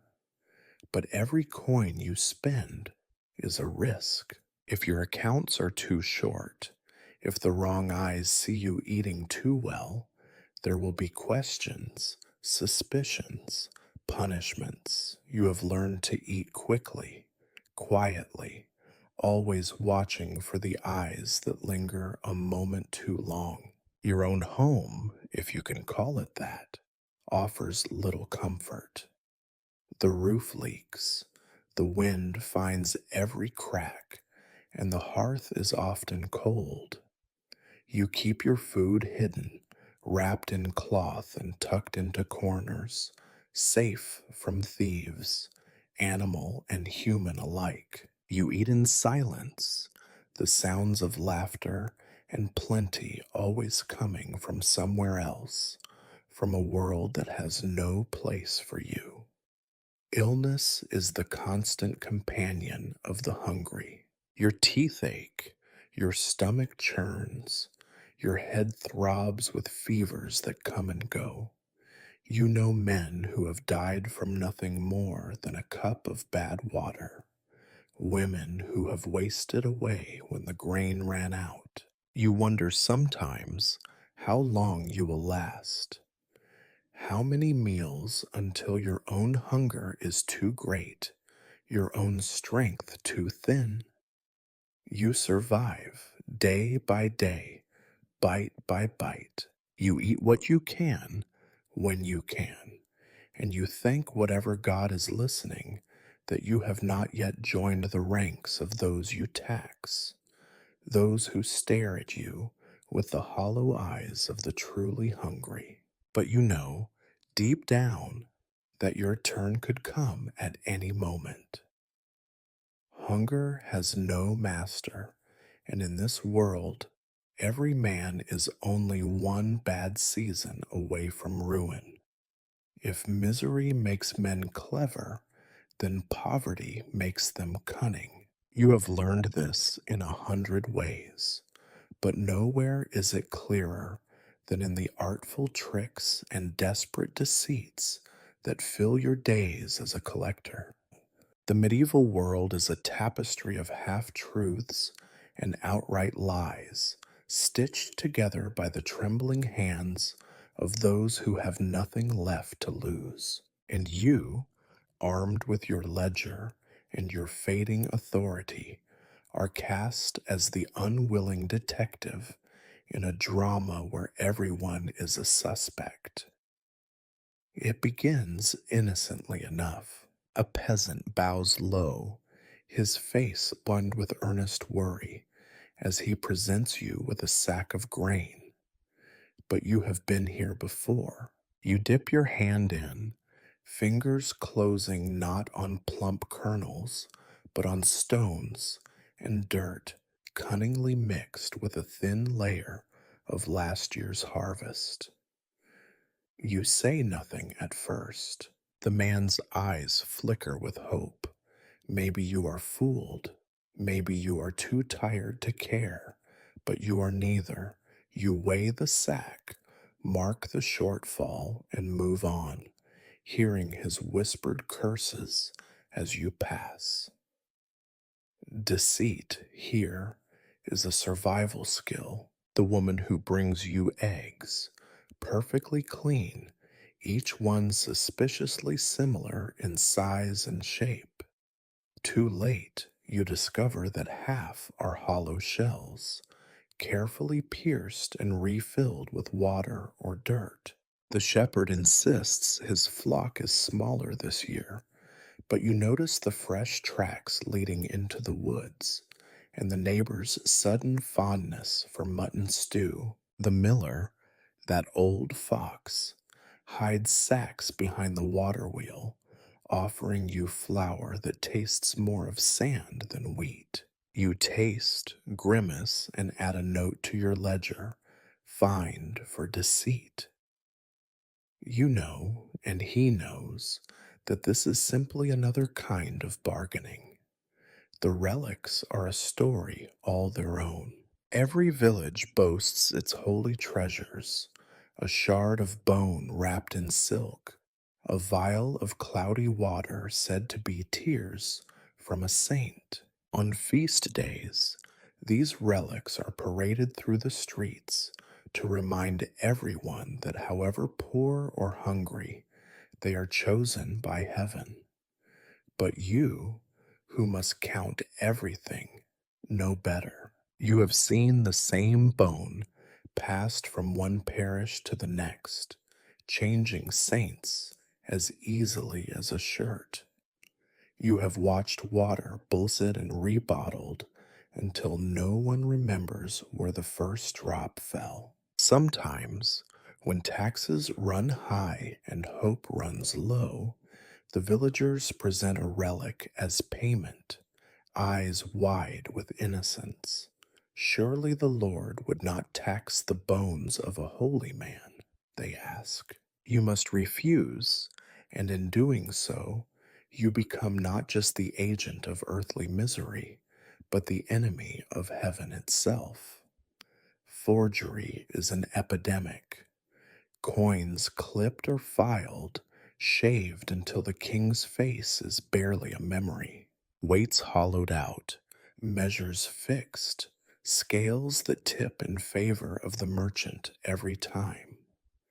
You bring your own weights, your own scales, but still, there is always a new trick. You grow suspicious of everything.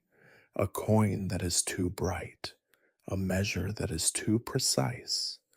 Trust is for fools, and in your work, every act of trust is a wound waiting to happen. Children, too, learn the game early. You see them hiding apples in haystacks, pretending the cat has eaten the cheese, insisting the family pig died of a sudden, tragic illness. Never mind the smell of park roasting next door. They watch you with eyes too old for their years, learning from their parents that survival is a lesson best taught young. You cannot entirely blame them. After all, what does honesty buy here? A little extra suffering, a little less to eat. The system itself is built on a lie, the promise that fair effort is rewarded, that justice exists. You are as much a victim as a judge, forced to play your part in a farce that everyone understands, but no one admits. There are moments, of course, when deceit backfires. A sack of spoiled grain infests the Lord's storehouse with rats. A barrel of wine, watered beyond reason, turns to vinegar before it reaches the steward's table. When these things happen, blame travels downhill. The villagers curse the collector who did not check. The Lord curses the village for cheating. And somewhere, someone learns to hide their next lie a little better. The cycle continues, everyone losing, everyone playing. At times, the authorities themselves encourage deception. The reeve may suggest you overlook certain shortages for a small fee. The bailiff, tired of endless complaints, will tell you to accept whatever is offered as long as his cut is delivered on time. You learn quickly that the rules are flexible only for those who can afford it, and that every law is a trap set for the poor and the unlucky. Even your own tools betray you. Ink runs, parchment tears, records disappear or are rewritten overnight. You catch yourself double checking your sums, rereading your notes, certain that someone will accuse you of theft or negligence before the month is out. The system rewards suspicion, and you become suspicious of everyone, including yourself. Sometimes, at the end of a long day, you sit by your guttering candle, sorting coins and tallying debts, and you wonder who is deceiving whom. Are you the fool, endlessly counting and recording in a world that invents new lies faster than you can discover the old? Or are you the only honest man left, doomed to play the villain in a play where everyone wears a mask? Tomorrow will bring new tricks, new lies, new relics polished for your inspection. You will test and weigh and measure, and every so often you will find a glimmer of honesty, a handful of grain honestly grown, a coin unshaved, a child's eyes clear for a moment before the world teaches them better. But these moments are rare, and you have learned not to expect them. In the kingdom of the hungry, honesty is just another word for desperation, and every collector knows that a full ledger is written in as much fiction as fact. There are days when you wonder if the ledger should include a column for death, a neat tally of the lost and the broken, a running total of absence. In truth, you would need more parchment than all the forests could supply. Death, in its many forms, is the one thing in this world more abundant than mud. It follows you down every lane, slips through every doorway, lingers over every pot of thin soup and every bed of straw. The village itself is a cemetery in waiting. You see it in the faces you pass, in the children's coughs, in the old women's sunken cheeks. The gravedigger is the only man in town who never worries about having enough work. Even the churchyard grows crowded. Soon the dead must settle for the field beyond the hedge, or a shallow grave near the river. And still they come, famine victims, fever victims, war victims, each one leaving a little less behind for you to collect. Disease is the most faithful tax collector of all, never missing a house or skipping a name. A cough spreads through the village like wind through barley, touching everyone, rich and poor, innocent and guilty. One day it is just a sneeze, a little chill.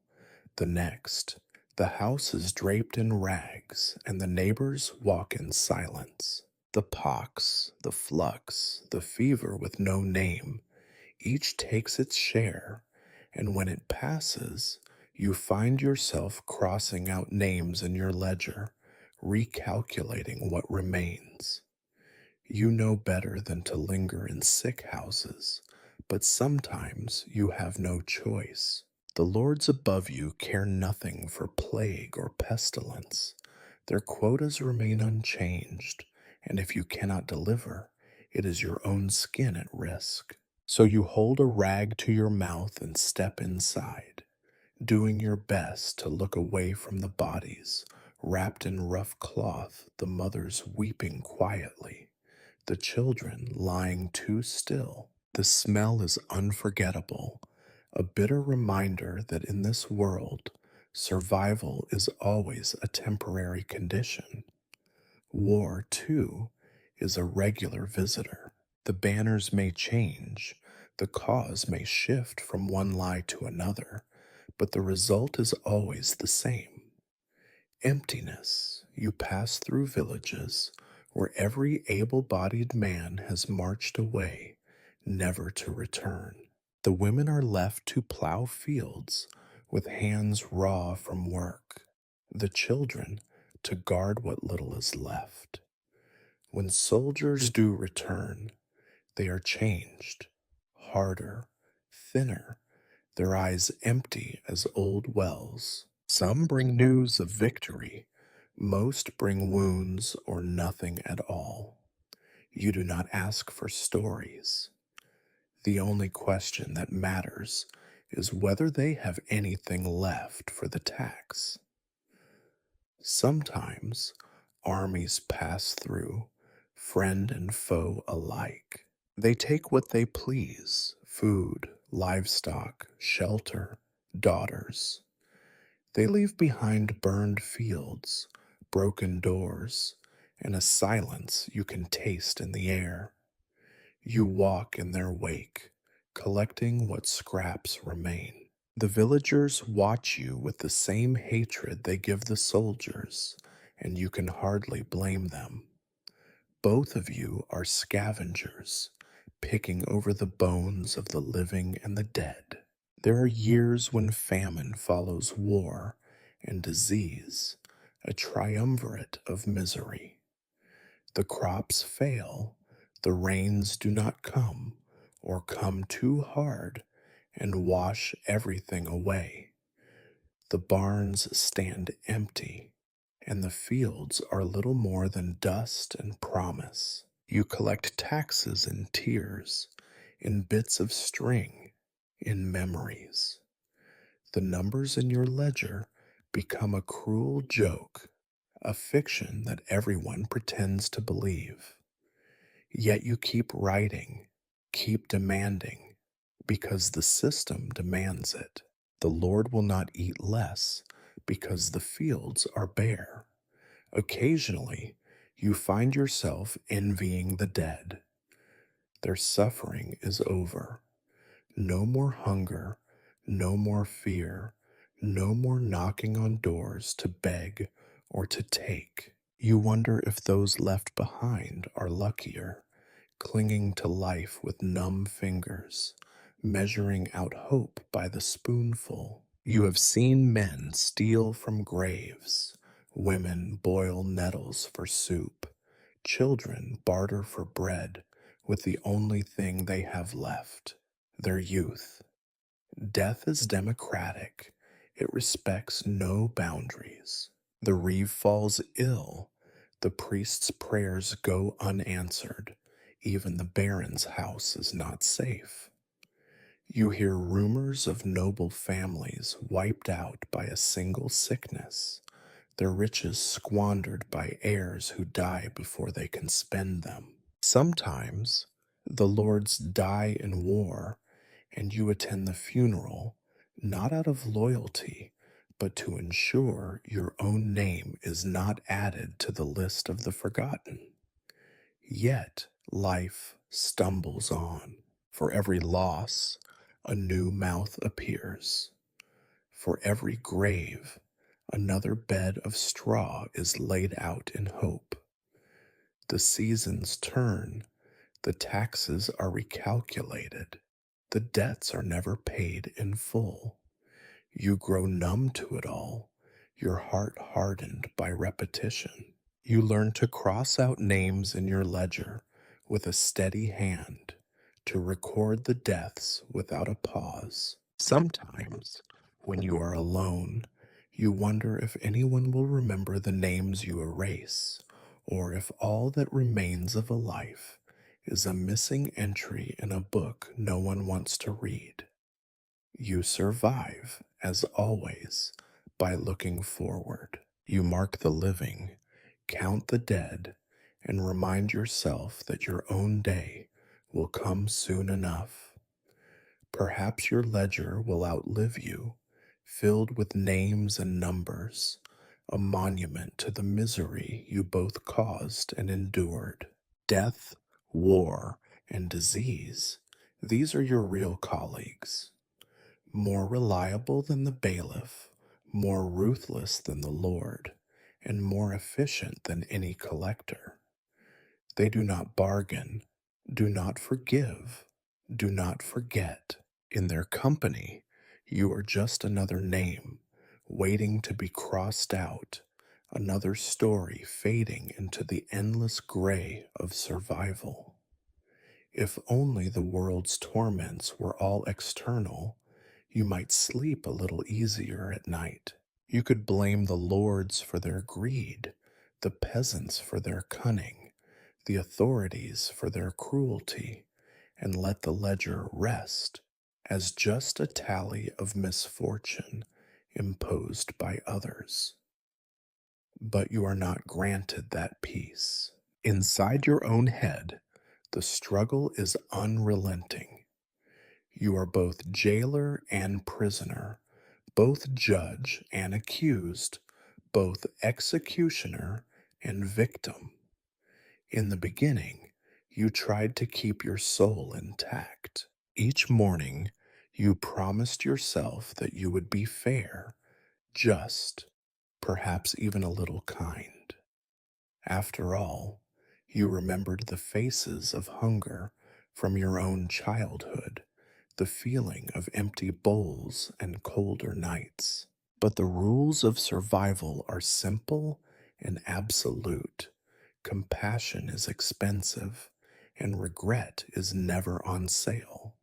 Each act of leniency is paid for in suspicion from above, in open contempt from those below, and in hunger at your own table. You see the consequences of your work every day. You know which child will go to bed hungry because you took the last loaf. You recognize the desperation in a widow's eyes as she hands over her last chicken. You hear the bitterness in the muttered curses behind your back, and you wonder how long before those whispers become something sharper, a stone through your window, a knife in your ribs as you walk home after dark. You try to tell yourself that it is not your fault, that you are just a tool, but the lie sits heavy on your tongue. You are haunted by moments when you could have done otherwise. The old man who offered you his only blanket, hoping you would overlook the missing coin. The girl who wept and promised to pay tomorrow if only you would spare her today. Some nights, their voices echo in your dreams. Other nights, you sleep so deeply, you wonder if your conscience has finally surrendered, if you have crossed some invisible line between man and machine. Doubt is your constant companion. Is there a right way to do this job? Would another collector be harsher, or would he crumble faster than you? If you take less, the lords will punish you. If you take more, the people will hate you even more than they already do. The system has made you responsible for enforcing its cruelty, but given you none of its power. You are expected to be a villain and a victim at once, both hated and necessary, and never once thanked. You grow wary of your own motives. Each act of mercy feels like self betrayal, one step closer to being discovered, to losing your place, your safety, what little security you have left. Every hard decision you make is a defense against ruin, and yet every compromise erodes the parts of yourself you once valued. How much of you is left, you wonder, after so many years of saying no, of looking away, of counting what you would rather forget? Sometimes you catch yourself envying the simple honesty of rage or resignation. The man who curses you to your face, at least, is free to hate you. The woman who shuts her door on you has chosen her dignity over her safety. You, in contrast, must weigh every gesture, every word, every pause. Your survival depends on being hard enough to do the job, soft enough to be human, and clever enough to avoid being trampled by either side. Guilt follows you into every quiet moment. When you sit to eat your meager meal, you think of those who have none. When you count your coins, you remember whose hands last touched them, whose pockets were turned out for your sake. You keep your records clean and your fingers stained, and you wonder which is worse, being forgotten as just another nameless functionary, or remembered as the hand that reached too far. The church offers no solace. Confession, for you, is just another transaction, another record kept by a man in a robe who will bless your soul in exchange for your coin. You have heard the sermons about duty, about sin, about justice, but the only justice you see is a world weighed down by hunger, disease, and death, and you have become an accomplice to all of it. You try to imagine a way out. What would it take to break the cycle? To refuse to collect, to let the villagers keep what little they have, to run away and start anew. But every path is blocked by fear, by need, by the certainty that in your place another would come and do what you could not. The world is not waiting to be made better. It is only waiting for the next hand to turn the screw. The hardest battles are always with yourself. The ledger you keep in your mind is longer than any book you carry, and the debts cannot be erased with a quill or a coin. Sometimes you wake at night, hands clenched around invisible burdens, and you realize that your greatest tormentor has always been you. In the end, you keep walking, keep knocking, keep taking, because the alternative is not survival, but erasure. You are the sum of your choices, and the choices allowed you are as bleak as the world outside. You wonder if, someday, you will cross some line and simply stop feeling at all. Perhaps that would be easier. Perhaps that is what it takes to do this work and still call yourself alive.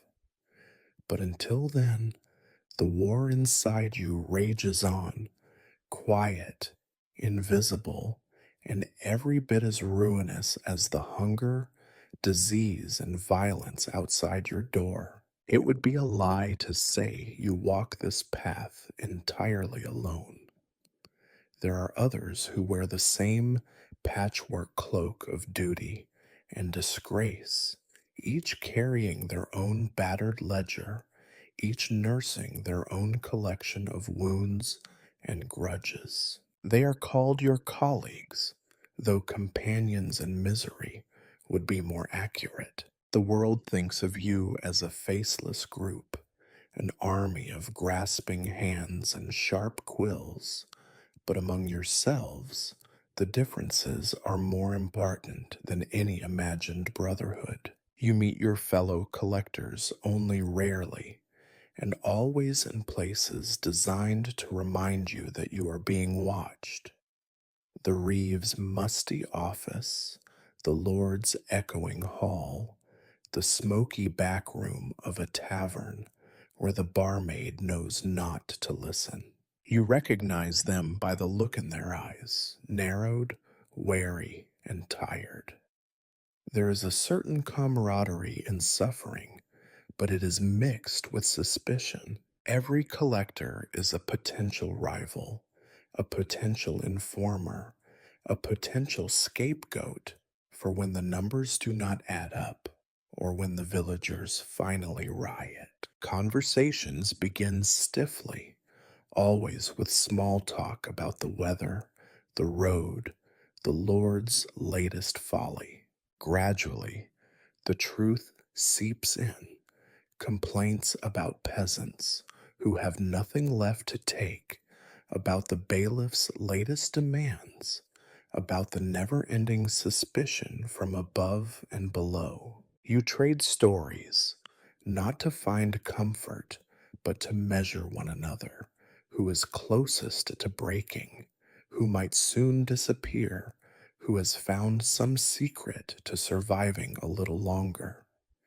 Some collectors embrace the work with a zeal that unnerves even you. They boast of the clever tricks they use to find hidden grain, of the terror they inspire in villages, of the bribes collected and the punishments meted out. Their laughter is too loud, their eyes too bright, as if daring the world to notice how little separates them from the wolves outside the walls. You watch them carefully, knowing that a colleague who enjoys the suffering of others is as dangerous as any angry peasant.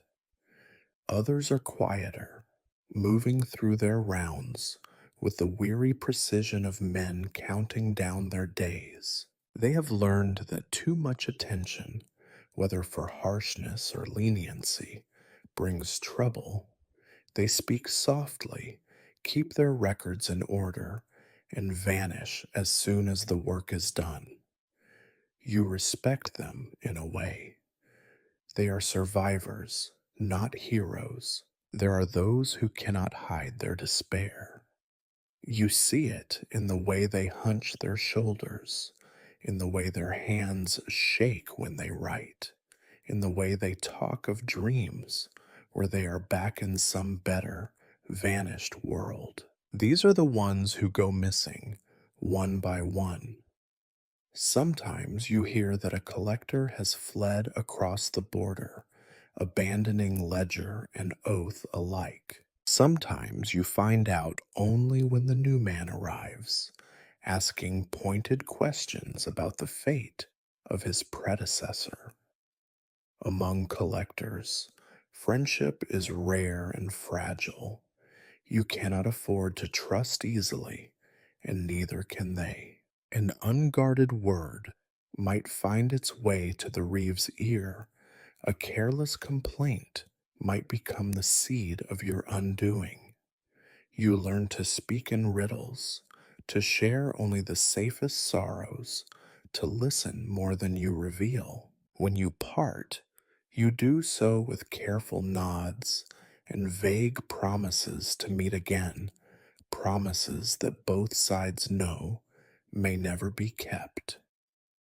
Still, there are moments of uneasy solidarity. A warning passed about a dangerous village, a tip about a bailiff who asks too many questions, a loaf of bread shared in silence. In these small acts, you glimpse the ghost of something like community, a brief reminder that even among scavengers, there are those who will try to look out for one another, if only because tomorrow either of you could be the next to fall. You know the stories of collectors who went too far, those who bled their villages dry, who kept too much for themselves, who believed themselves untouchable. Their ends are always the same, stripped of their badge, hunted by peasants or soldiers, their names cursed in every hamlet. Their fate is a lesson that everyone ignores until it is too late. There are legends, too, of collectors who rebelled, who forgave debts, who stood up to the lords. These men become martyrs in songs, but you have never met one who died in his bed.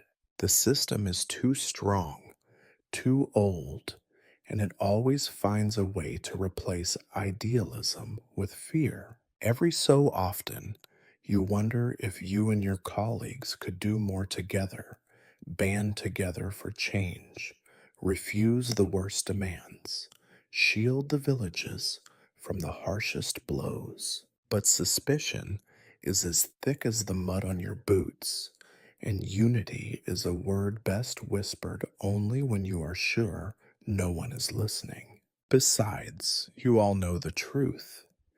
The only thing more dangerous than a hungry lord is a frightened collector, and fear is the most reliable currency you share. At the end of each meeting, you go your separate ways, scattering back into the landscape of barns and hovels, mud and hunger. You carry each other's secrets and fears as extra weight in your already heavy satchel. You wish each other luck because you know you will need it. You hope, quietly, that you will not be the next name erased from the ledger, the next story told in warning rather than memory. So you keep walking your own path, glancing over your shoulder for both the villagers and the colleagues you must sometimes call friends. In this business, trust is as rare as mercy, and both are worn away by the endless grind of duty. If you are lucky, you will survive another year, another round, another harvest. If not, you will be replaced, your name a ghost in someone else's weary conversation, another lesson in how not to live. In the hierarchy of medieval suffering, the church sits in a curious place, above the peasants, beside the lords, and always just out of reach of the collector's ledger. For all their sermons on humility and poverty, the men of God possess more gold than any merchant and more power than any reeve. They look down on you from their stone pulpits, eyes full of piety and suspicion, and you, with your ink-stained hands and ever-hungry sack, are the constant irritation at the edge of their holy vision. From the outside, the parish church is the one building that stands straight and proud, its bell tower rising above the sea of sagging roofs. Its doors are open to all, but its accounts are open to none.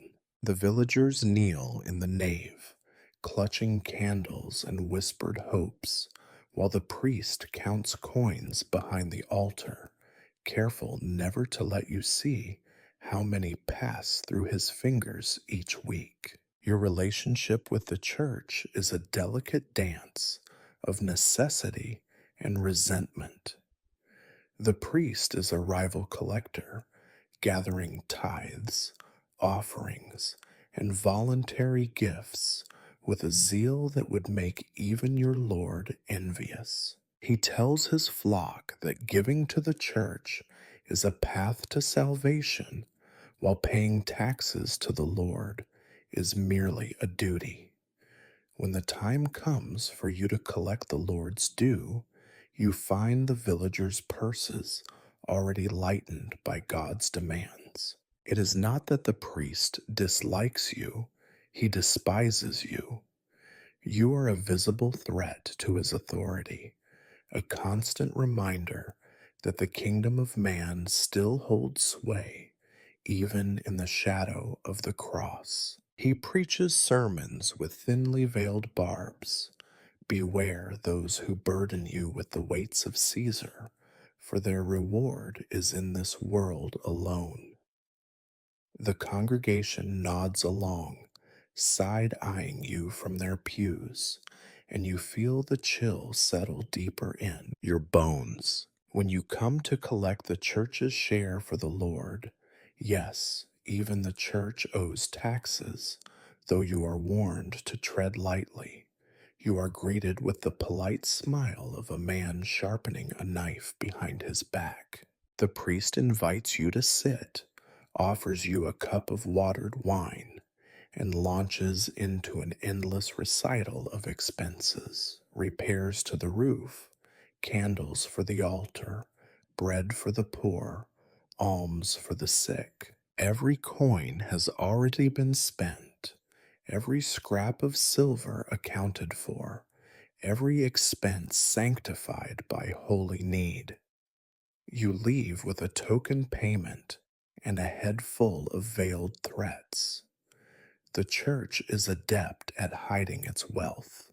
The best wine is stored in secret cellars, the choicest grain set aside for feast days, the coins smuggled beneath cassocks and altar cloths. You might catch a glimpse of gold candlesticks at Christmas, or see a new vestment gleaming in the sunlight, but when you inquire, you are told these are gifts from pious donors, not taxable wealth. Try to press further, and the priest reminds you of the sanctity of church property, the wrath of God, the sins of greed.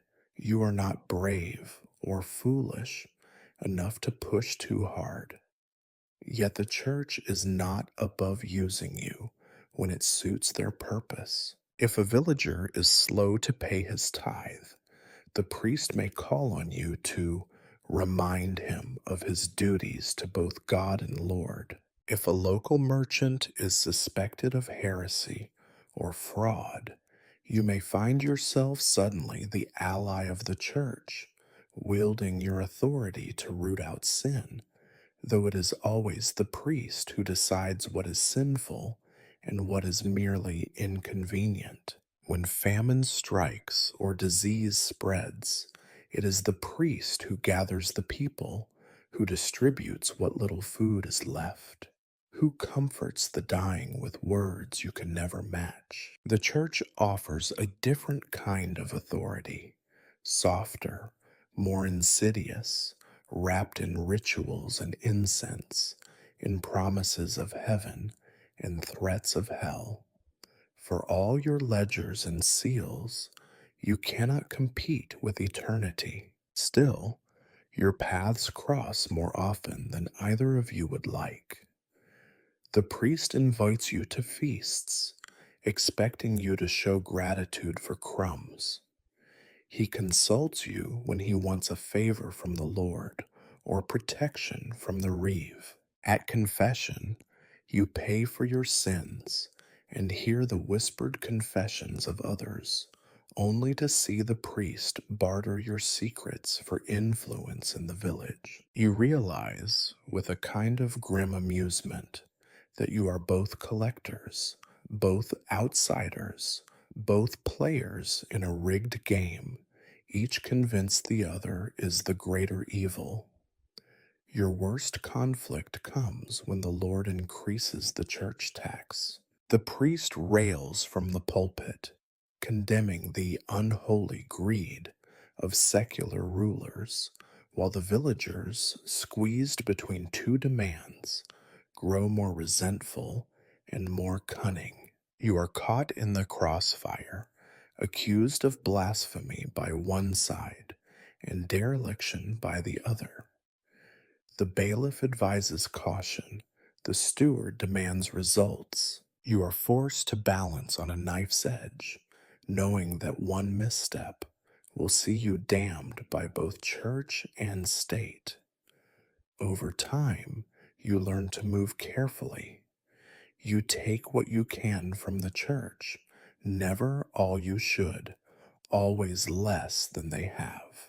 You offer respect without sincerity, friendship without trust.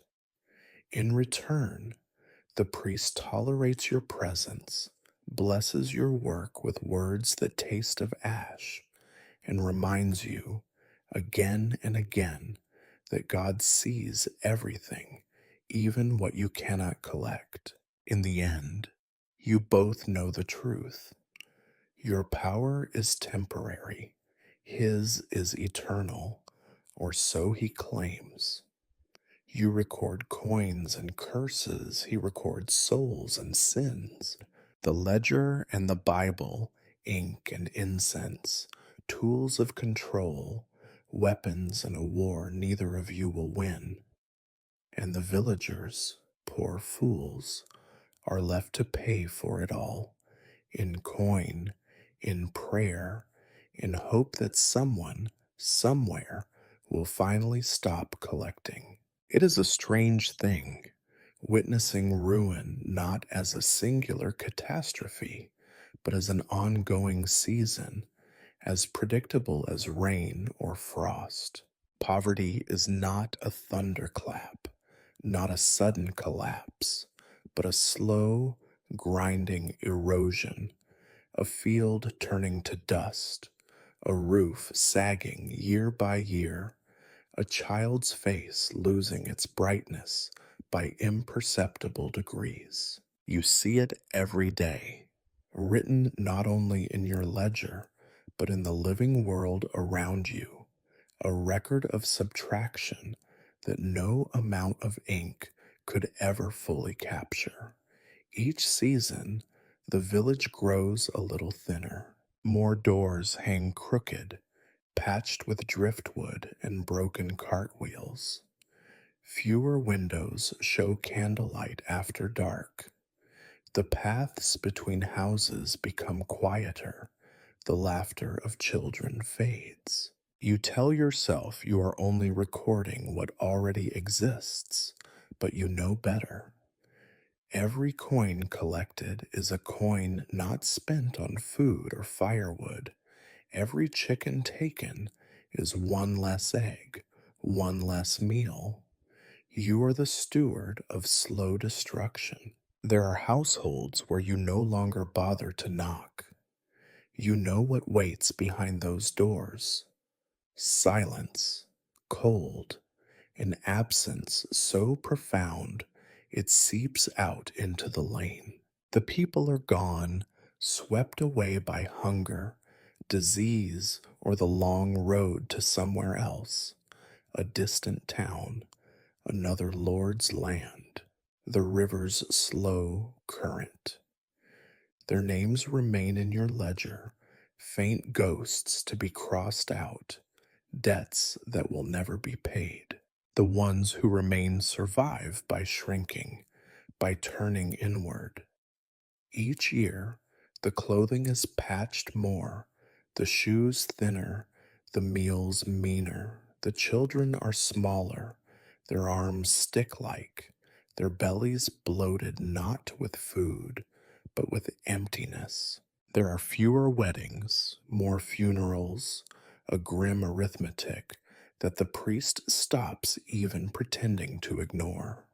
You have watched girls grow into women, then into widows, all before you have grown truly old yourself. Work itself becomes a burden. The fields are tilled by fewer hands, the soil less forgiving. Tools are mended until they can no longer hold an edge. Livestock are sold, slaughtered, or simply vanish in the night, traded for a few coins that disappear as quickly as they came. The well runs low, the fires burn out earlier, The seasons stretch longer and harsher. In your rounds, you mark these changes: the thinning flocks, the shrinking herds, the empty bins, until you wonder what will be left to take next year or the year after. There are small rebellions, of course. Some refuse to pay, barricading their doors, daring you to take what little is left. Others run, slipping away in the night, leaving only the hollow sound of their absence. Sometimes the desperate turn to theft, stealing from neighbors, from the Lord, from the church. But the world has a way of swallowing rebels and runaways alike. Sooner or later, their names vanish from your ledger too, replaced by new families who know the rules but hope for a different outcome. Even the wealthy of the village are not immune. The blacksmith who once hired two men now works alone, his hammer ringing out over an empty yard. The miller's stones grind less grain. The innkeeper serves more water than beer. Their complaints grow louder each season, their tempers shorter. The few coins they manage to hide from you are spent on bribes, repairs, medicine that rarely works. When you look at them, you see not rivals, but men and women slowly joining the ranks of the ruined. You try, sometimes, to justify your part in all this. You remind yourself that the orders come from above, that your own needs are simple, that you, too, are only one bad year from joining those you tax. But these are empty comforts. You know that your rounds are part of the cycle, your demands as relentless as winter, your collections as indifferent as famine. Each year, the ledger grows lighter, but the burden in your heart grows heavier. What, in the end, does poverty leave behind? It leaves hollow houses and broken tools, old men talking to ghosts in the tavern's corner, mothers who cannot remember the sound of their children's laughter. It leaves a field of graves behind the church, unmarked and forgotten.